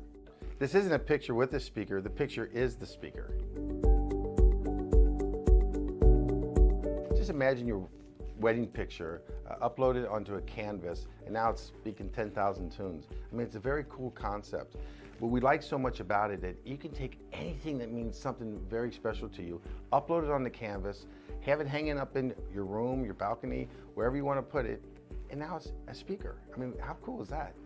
It's something that we have that and no one has. No one has this product. It's just a great gift to give anybody. It's just a neat concept. Around here we say, art never sounded so good.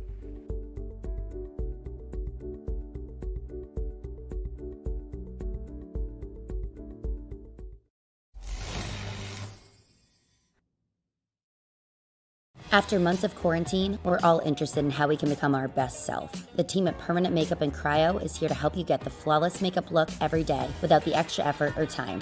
When it comes to your appearance, you deserve the best care that money can buy.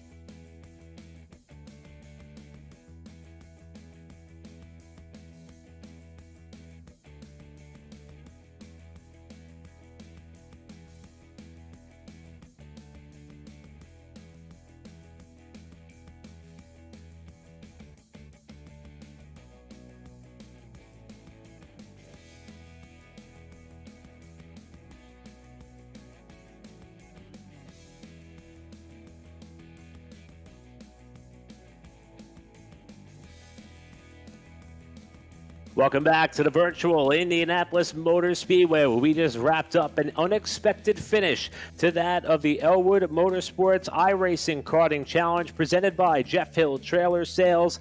And I'll tell you what, I think many of us thought that we knew how that race was going to unfold with less than 10 laps to go, but it turned out that it came down to pit strategy. When all was said and done, and one of the drivers who was exceptionally fast all throughout the day was able to lay claim to the victory here at this 2.6-mile racetrack that is not too far away from the hometowns of many of our competitors here tonight.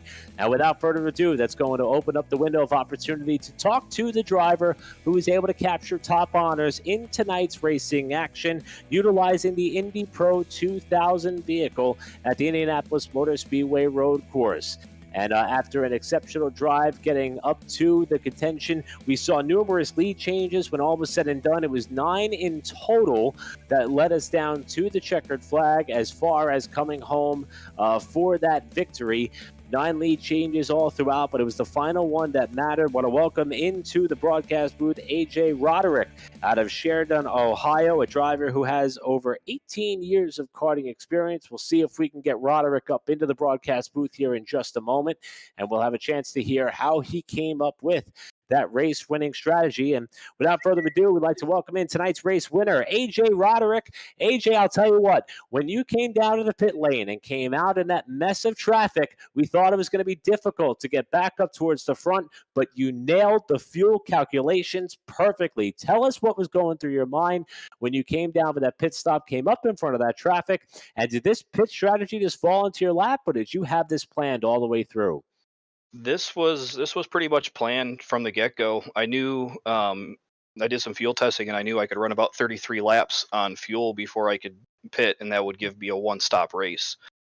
Luckily, we had those cautions early on that helped save a lot of fuel, but I kind of figured maybe I could try and undercut them a little bit in pit lane. Unfortunately, going in and out of pit lane is not one of my strong suits, so I lost some time. And then once I got back out, behind that group of cars, I wasn't too worried. I just knew I needed to relax and just not make mistakes because they were going to have to pit shortly anyways. Now, after you came in for the pit stop, you came back out behind what was a new 3+ car battle for second, and it looked as though that keeping your nose clean was objective number one. Was there any amount of concern that you may get caught up in something there? Were you willing to ride until those drivers hit the pit lane, or were you watching to see how far ahead Adam Key was? What was going through your mind when you blended up in front of that pack of cars in traffic? I was a little worried at first. I thought with the new tires, and them sliding around a lot, that I was going to catch them really quick. And I noticed kind of early, right after that first lap after that, that I wasn't going to catch them as quickly as I thought I was going to. So I just kind of wanted to make sure that I didn't make any mistakes in case they did something. You know, Giving yourself a gap and trying to predict when something's happening is the best way to avoid anything. Things obviously then would cycle through. You end up back in second spot. However, Adam Key was extending the margin there as the laps continued to click off, and eventually it looked as though that Key may have come up a little bit short as far as fuel calculations. Was that something you were worried about, or was there a point in the race where you thought that he had this thing dialed in and there wasn't going to be an opportunity for you to get back around him for the win? He was quite a bit faster by himself than I was. The only reason I was able to stay up with him as long as I was the draft. So once I saw that there was a 4.5 second gap after he pitted, I kind of knew that at that point it was going to be really hard to run him down. And I kept just watching, our gaps to see where we were, and was slightly pulling away, but I just made sure that I hit my marks and I stayed consistent. I didn't want to overdrive the car and lose that second place finish that I had secured myself into by that point. Well, AJ, you were able to capture the Elwood Motorsports iRacing Karting Challenge. Want to cite one thing before you go. Obviously, a lot of people make this happen, but, it has here on your racing resume per se, 18 years of karting experience, and you consider Thompson Kart Raceway to be that of your home track. How much of a role does all that track time behind the wheel of a race car play into your level of success that we saw here tonight? And what does your 2021 racing calendar have in store for you, being that we're about 1 week's time into this new year and new racing season? Well, I think just being involved with a car, like being in the seat of something, whether it's a simulator or in real life, I think plays a huge role. I try to practice as much as I can during the summer. I think you can find me just about at the racetrack every Saturday and Sunday. And then during the winter here, where I can't get out to the track, I'm on the simulator every night. It all, it plays a big role altogether because you get better at sim racing, and you also get better in real life because you keep those skills, keep them sharp. And then as far as 2021 goes, we will be in the Buckeye Karting Challenge for the most part. It's a great series here in Ohio. Probably run some of the bigger races like Indy. Hopefully, some of the big street races will come back. It's hard to say with COVID right now what's going to actually arise for street races, but you'll see my name pretty much at every big race this year. Well, we'll certainly be looking for it, as we certainly know the name now, AJ Roderick out of Sheridan, Ohio, the winner of the Elwood Motorsports iRacing Karting Challenge. AJ, congratulations on the win. Best of luck to all your racing ventures in 2021, and take some time to celebrate this one, will you? Appreciate it. Thank you, guys. Thank you for putting this on, and thanks to Alan for putting all this together. I'm sure he was pretty annoyed with me asking him questions every single night about what we were doing, and more importantly, thanks Jeff for sponsoring this event for us. Spectacular job, AJ. Nailed the pit strategy to perfection and had the pace to back it up. AJ Roderick, your winner of the Elwood Motorsports iRacing Karting Challenge presented by Jeff Hill Trailer Sales. And that is certainly a name that we'll be keeping our eyes on for some of the big league karting races that are coming up, especially the Buckeye Series that AJ mentioned here in 2021. Now we're going to turn it over to Joe Donahue, who's with our runner-up and Adam Key. Yes, sir. We'll pull Adam Key over into our broadcast booth here so we can get a quick word with our runner-up for the evening. Adam, this is Joe Donahue with Pit Stop TV. Do you got a copy?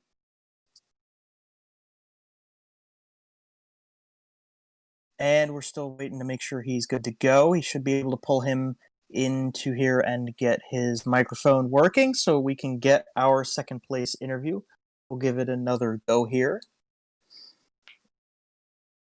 Or maybe not. So it looks like Adam Key is not quite ready to go for an interview. So we're going to go ahead and jump quickly to our third place finisher for the evening, Alan Elwood. This is Joe Donahue with Pit Stop TV. Do you got a copy?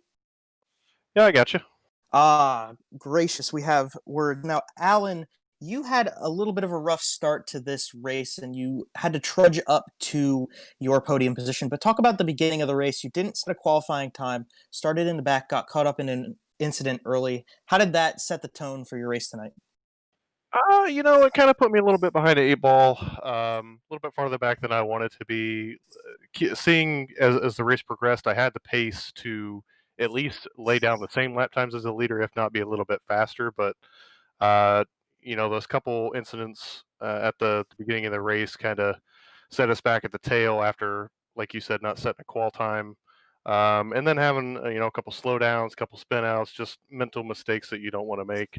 I have no one to blame but myself to set me back that far, but it's a long race. That's the mentality you got to have. And at that point, you just got to settle in and see if anybody else makes mistakes and try to capitalize. Absolutely, Alan. And I loved your analogy with the eight ball as well. I'm a big fan of going down and playing pool myself, but so that was a great analogy for me. But I want you to also talk about your long term of the race. Like you said, you just trudged on, put down good lap times. We saw you go purple at one point in this race, and just over the course of the run, it seemed like the car just got faster and faster. Really talk about how did the car handle as the run went on, and what enabled you to keep getting faster. Yeah, I think as the fuel burns off, obviously you get a little bit lighter and the lap times keep falling and tires didn't necessarily seem as much of a big deal as I thought they would. I thought as testing went on, there's the last few weeks, doing long runs and stuff like that, it felt like the tires would maybe be a factor, but I guess I didn't do necessarily long enough runs to figure that out. And it actually, once you, like I said, lighten the fuel load, your lap times basically either stay the same or come down, and that helps loosen the car up to be able to maneuver a little bit better. And at that point, once guys start making their pit stops, with the way my strategy was working out, I was a little bit lighter on the tail end of my run. I had a couple more extra laps to try to gain some time on that lighter fuel load. And I think that's ultimately a little bit of where I gained some of that time to, get a gap. Well, absolutely. It was very surprising to see that the tires didn't have as much of an effect as you had said. Now, overall for the race, not just as a competitor who obviously you put on a great show with Adam Key at the end of the race and you had to trudge through it, but as a part of the creation of this race and for putting your name on it and with us here at Pit Stop TV, you would talk about overall, do you think the race went well? How did you think the experience went for all your drivers and for yourself too? Yeah, I think the race went great. I didn't quite have the turnout number that I wanted, but overall, it's not necessarily about the quantity, more so the quality. And I was hoping that we would put on a good show with you guys, being so gracious to spend your evening with us and put this on. And I think overall, we have quite a few on the roster tonight that were fairly newer, maybe to this car, at the very least, if not, a couple guys are just getting into sim racing, and so this was a chance to race against some people that and make you feel a little bit more comfortable on the service, to start being a little more ambitious. Now that you see that you can compete, lay some laps down, maybe get your feet wet and doing some hosted or official races, and start working yourself up the ladder in iRacing, and and I think this was a big step toward that for some guys. Absolutely agree with you on that one, Alan. Now I'm going to give you the floor and let you talk on behalf of Elwood Motorsports and yourself. What are your 2021 plans, both in the real world and in sim racing? Let everybody watching know what could they expect out of Alan and your motorsports program, and what opportunities they might have for 2021. Yeah, so as far as sim racing goes, we'll start with that. My team, we call ourselves Virtual Racing Alliance. We're part of a league called Fuel, which participates Tuesday nights in what they call on iRacing the B car, or in NASCAR terms, the Xfinity car. We do that every Tuesday night for the next few weeks, and we're looking to win some races there, get either a team championship or individual championship some way, shape, or form. So that's mainly where my iRacing time lies at this point. I do some official races here and there, but for the most part, the league is where I predominantly spend my time at. And as far as official, like actual racing goes with the go-kart, my family, Elwood Motorsports, my family, my wife, we're going to, like AJ is, basically do all of the Buckeye Karting Challenge races here in Ohio, places like Wilmington, Circleville, Fremont, and a couple other stops along the way. So we'll be doing that, competing for a championship there. And then we also go out to Newcastle Motorsports Park out in Indiana, which is a big time Midwestern go-kart facility. So if you ever go through on your way to I-70 Indianapolis, we're right out there, and you'll catch a lot of the best talent in the Midwest racing there on the weekends. Other than that, it might be a couple other throw-ins. I think we're actually planning to go down to GoPro Motorplex in Charlotte here in the next month or so. We're actually picking up our 2021 chassis from MGM Chassis down there in Charlotte, Paul Rice, in April, and so we're looking forward to getting that chassis, getting it hooked up, and see where we can take it for 2021 and beyond. And overall, just super excited to get the winter over and get back on the track. It sounds like you got a really great year ahead of you, Alan, and best of luck with all of your endeavors, both virtual and in the real world, in your racing experience. And before we let you go and cool down from this event and let you relax a little bit, just give you the floor. Anybody else that you want to thank, or anything else you want to say here on the broadcast before we set you free for your evening? Yeah, just first off, thank you guys so much for being a part of this event and putting this on. Putting it on the interwebs for us. It's awesome, and opened up some guys' eyes tonight about broadcasting online and whatnot. Some of those guys thought it was really, really cool that you guys were doing this. So appreciate you guys here. Want to thank Jeff Hill. You guys have spoken to him here on the broadcast, and just an awesome guy. If you ever need a trailer for any of your needs, contact Jeff. Jeff will do his best to go above and beyond for you. So you can reach him on his Facebook page, Jeff Hill Trailer Sales. Want to thank all the guys that came out tonight to participate. We obviously can't have a race without everybody that was in the race, so want to thank all of those guys. Congrats to AJ on his win. Want to thank my wife, my family, everybody that tuned in tonight, and just everybody out there. If you're not involved in this, get on iRacing, get yourself a wheel, spend some nights perfecting your craft or whatever you want to do, and it definitely helps in the real world. So take advantage of that, with this setup, and see where it'll take you. I couldn't have said it better myself, Alan. So thank you very much for having us here with you. It's been a pleasure and a privilege to help out and commentate this race tonight.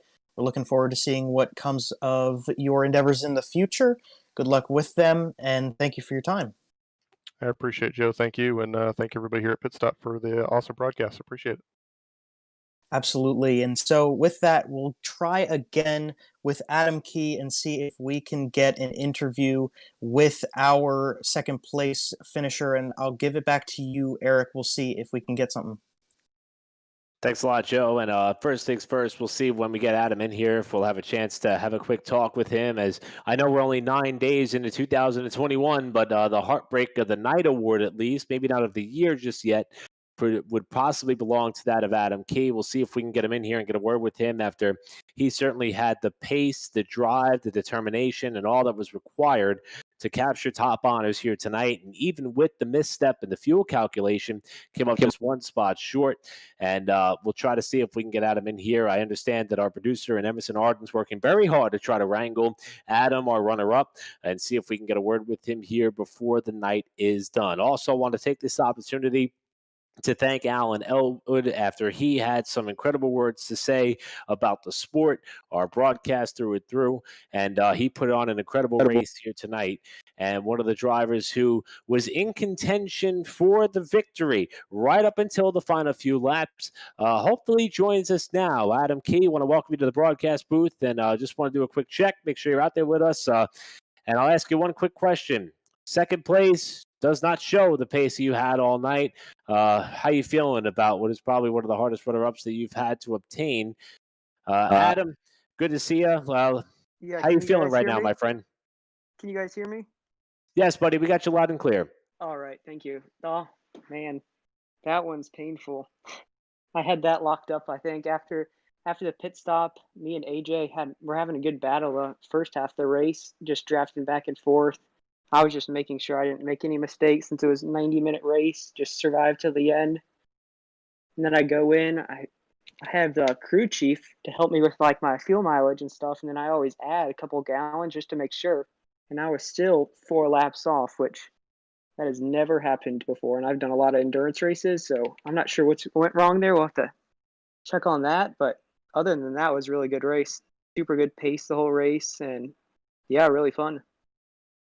Now, Adam, I mean, fastest in practice by more than half a second, took the pole, granted by a narrow margin, but still P1 at the green flag, survived the start, survived the restart that came shortly thereafter, and then also was able to withstand the challenge throughout the first part of the race from Roderick all throughout. You mentioned the pit stop, mistake. Was that something that you were aware of as soon as you left the pit lane, or did it come to mind as you approached the last few laps when you were building a pretty large gap back to second place at the end? When did you know that you were in a little bit of fuel trouble there towards the end?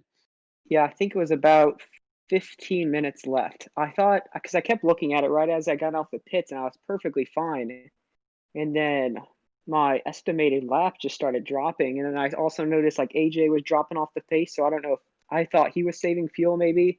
So I dropped off just to see if I could save it. And then I realized I was like 3 laps short, probably about 10 minutes to go when I was only going to make it 5 more minutes. So then I was just committed to the pit stop. So just brought the pace back up. And I saw the gap to Allen about by like 38 seconds. I knew for the pit stop it was about 40, so that was going to be really close. So I just wanted to make sure my pace was there so I could at least get second place, which I did. But yeah, that's just a mistake. Yeah, and I mean, granted, second place in this field is something to be exceptionally proud of, especially considering all the success you had leading into it. And also, heads up to having the notion that once you did realize you were short, I mean, you started to build that gap by 1 to 2 seconds a lap. I mean, was there a little bit of you that was hoping that if you built up that advantage before you had to, give up the race lead and come down pit road, that you'd have a chance at it? Or was second pretty much the highest goal that you thought you could obtain at that point? Well, there was a part of me that I thought I was going to get it because I saw the gap just a second or even more a lap. On the last few laps before I pitted, I was like, oh, maybe I can. And then if he's going to be, because he still pitted, I think 3 laps before me. So I was like, oh, maybe he's going to be short, so he's going to have to save even more. But that didn't turn out to be. But yeah, I think just holding off Allen, especially at the end, second place is still really good. So still proud about that. Yeah, between the result and the pace, you have a lot to be proud of. And obviously this event here, the Elwood Motorsports iRacing Karting Challenge, a window into a lot of the real-life involvement that all these drivers have in the world of karting. And you, a St. Louis, Missouri native, somebody who considers Gateway Kartplex to be their home track. And my broadcasting partner and Joe Donahue really had a lot of praise for that facility. And I just want to give an opportunity for you to talk about your karting ventures, what your 2021 looks like, and all that you may have on your racing calendar, and how that helps shape you into being a better racer, whether it be sim world or real world overall. Yeah, so the Gateway Kartplex, I mean, that facility is amazing and develops some of the best drivers across the country. I probably I think I first time there was about 4 years ago, and then the last 2 years I was doing their rental championship, and then this year I won that championship, and that awards you a Margay Ignite cart for the next year.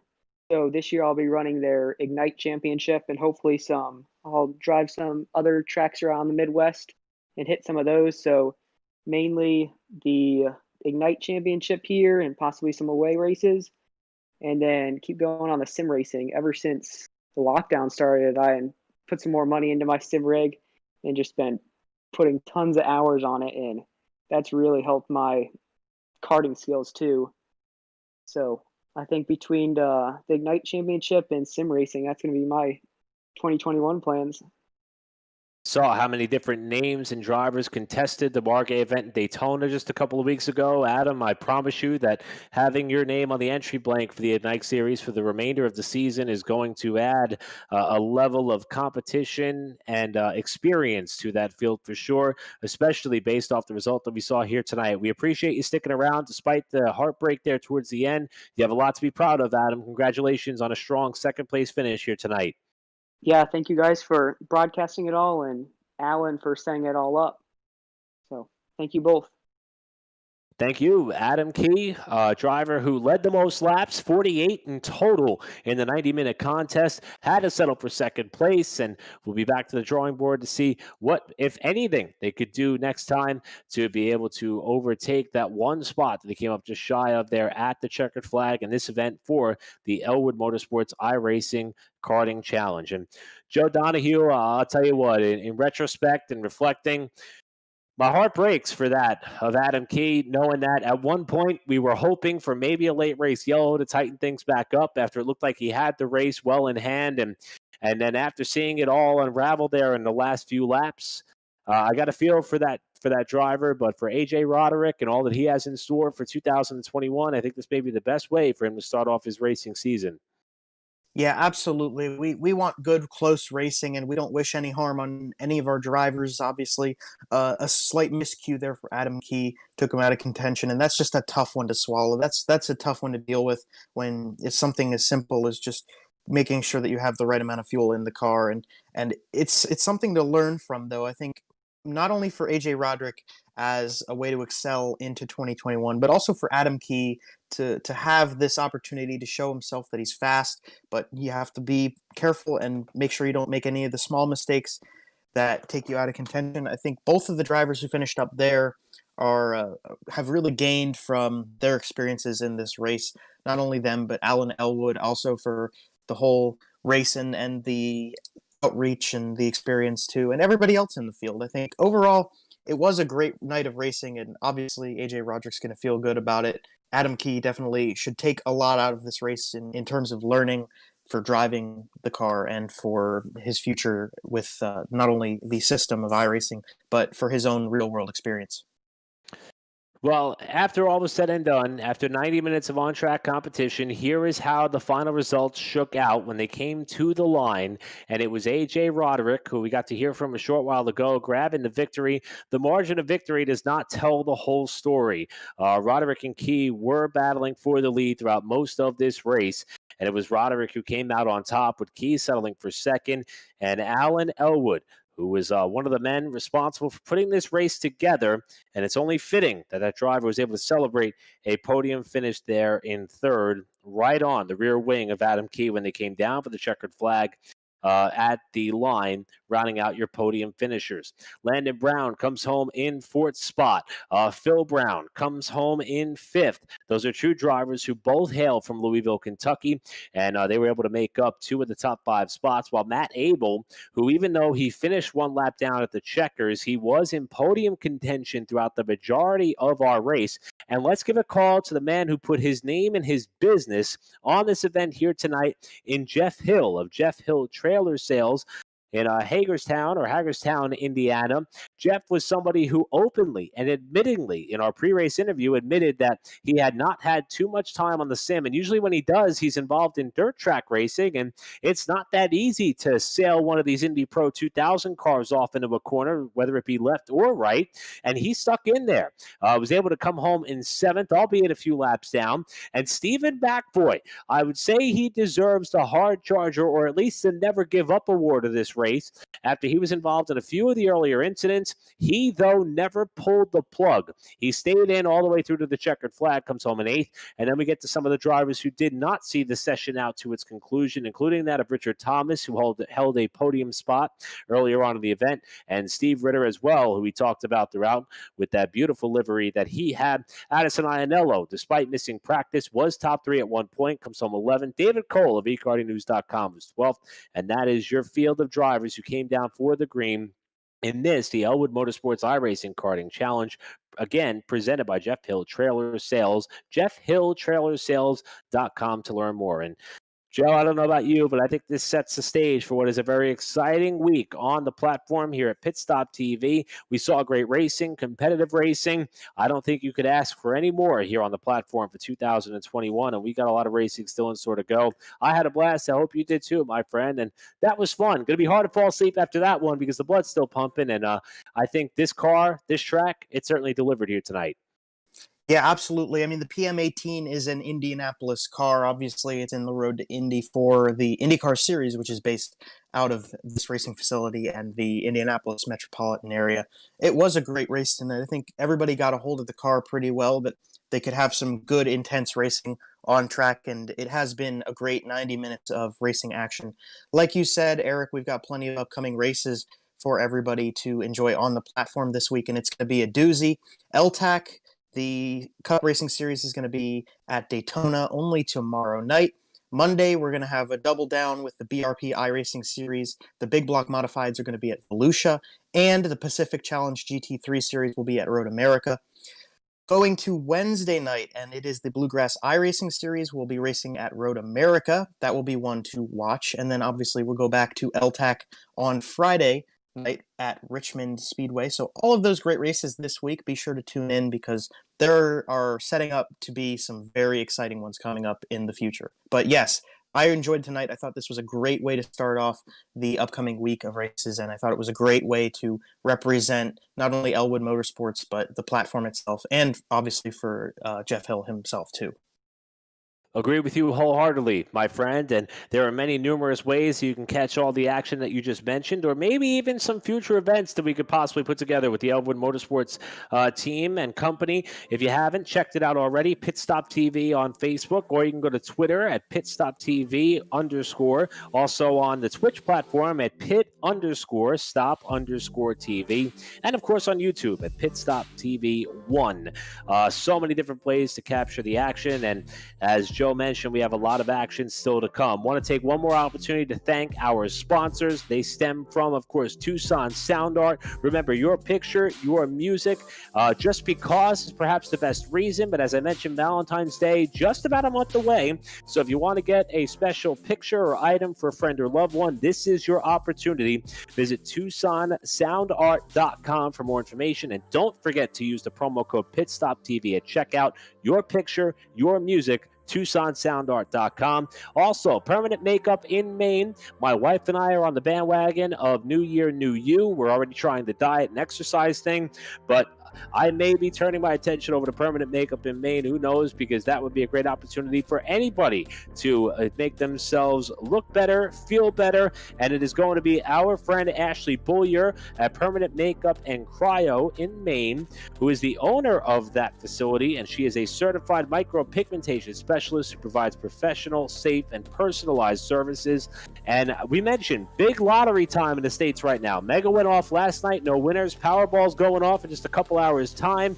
But if you want a chance to win something really cool, you got to head on over to Permanent Makeup and Cryo in Maine on their Facebook page, as they have monthly giveaways in store. And that is also one of the best places to learn how to contact and learn more about Permanent Makeup and Cryo in Maine, or visit their website, permanentmakeupinmaine.com. And finally, the parent company to us here at Pit Stop TV, Whiplash Media, as they specialize in various sim racing resources, a lot of which you saw here tonight. That stems from paint schemes, stream overlays, camera packs, and more. And they also have a presence in the real world. As a matter of fact, Andrew Cardinale was at the Charlotte Motor Speedway today, taking part in some of the LegendsNation.tv action there, and representing the Whiplash Media brand quite well, I would say, with his work on the mic. And for more information, go to whiplash-media, whiplash-media, that is, .com to learn more.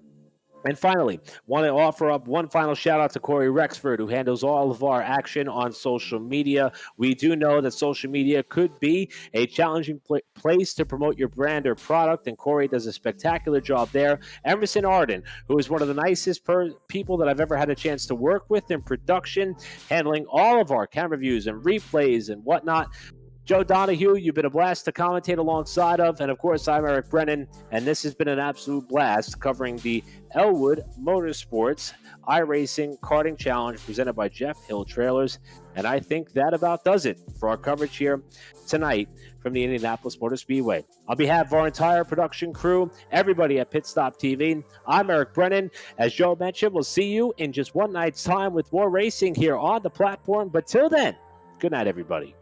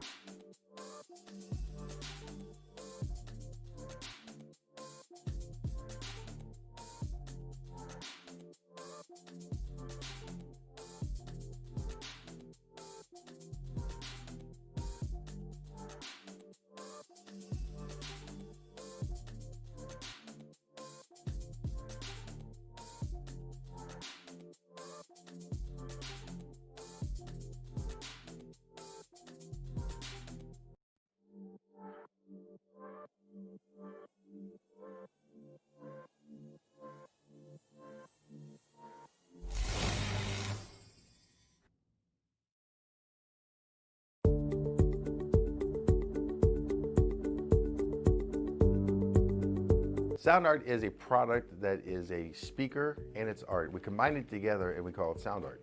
What makes it so unique that any picture can be your speaker? Sound Art gives you the high quality sound without the ugly speaker. This isn't a picture with a speaker, the picture is the speaker. Just imagine your wedding picture uploaded onto a canvas and now it's speaking 10,000 tunes. I mean, it's a very cool concept. What we like so much about it that you can take anything that means something very special to you, upload it on the canvas, have it hanging up in your room, your balcony, wherever you want to put it, and now it's a speaker. I mean, how cool is that? It's something that we have that and no one has. No one has this product. It's just a great gift to give anybody. It's just a neat concept. Around here we say, art never sounded so good.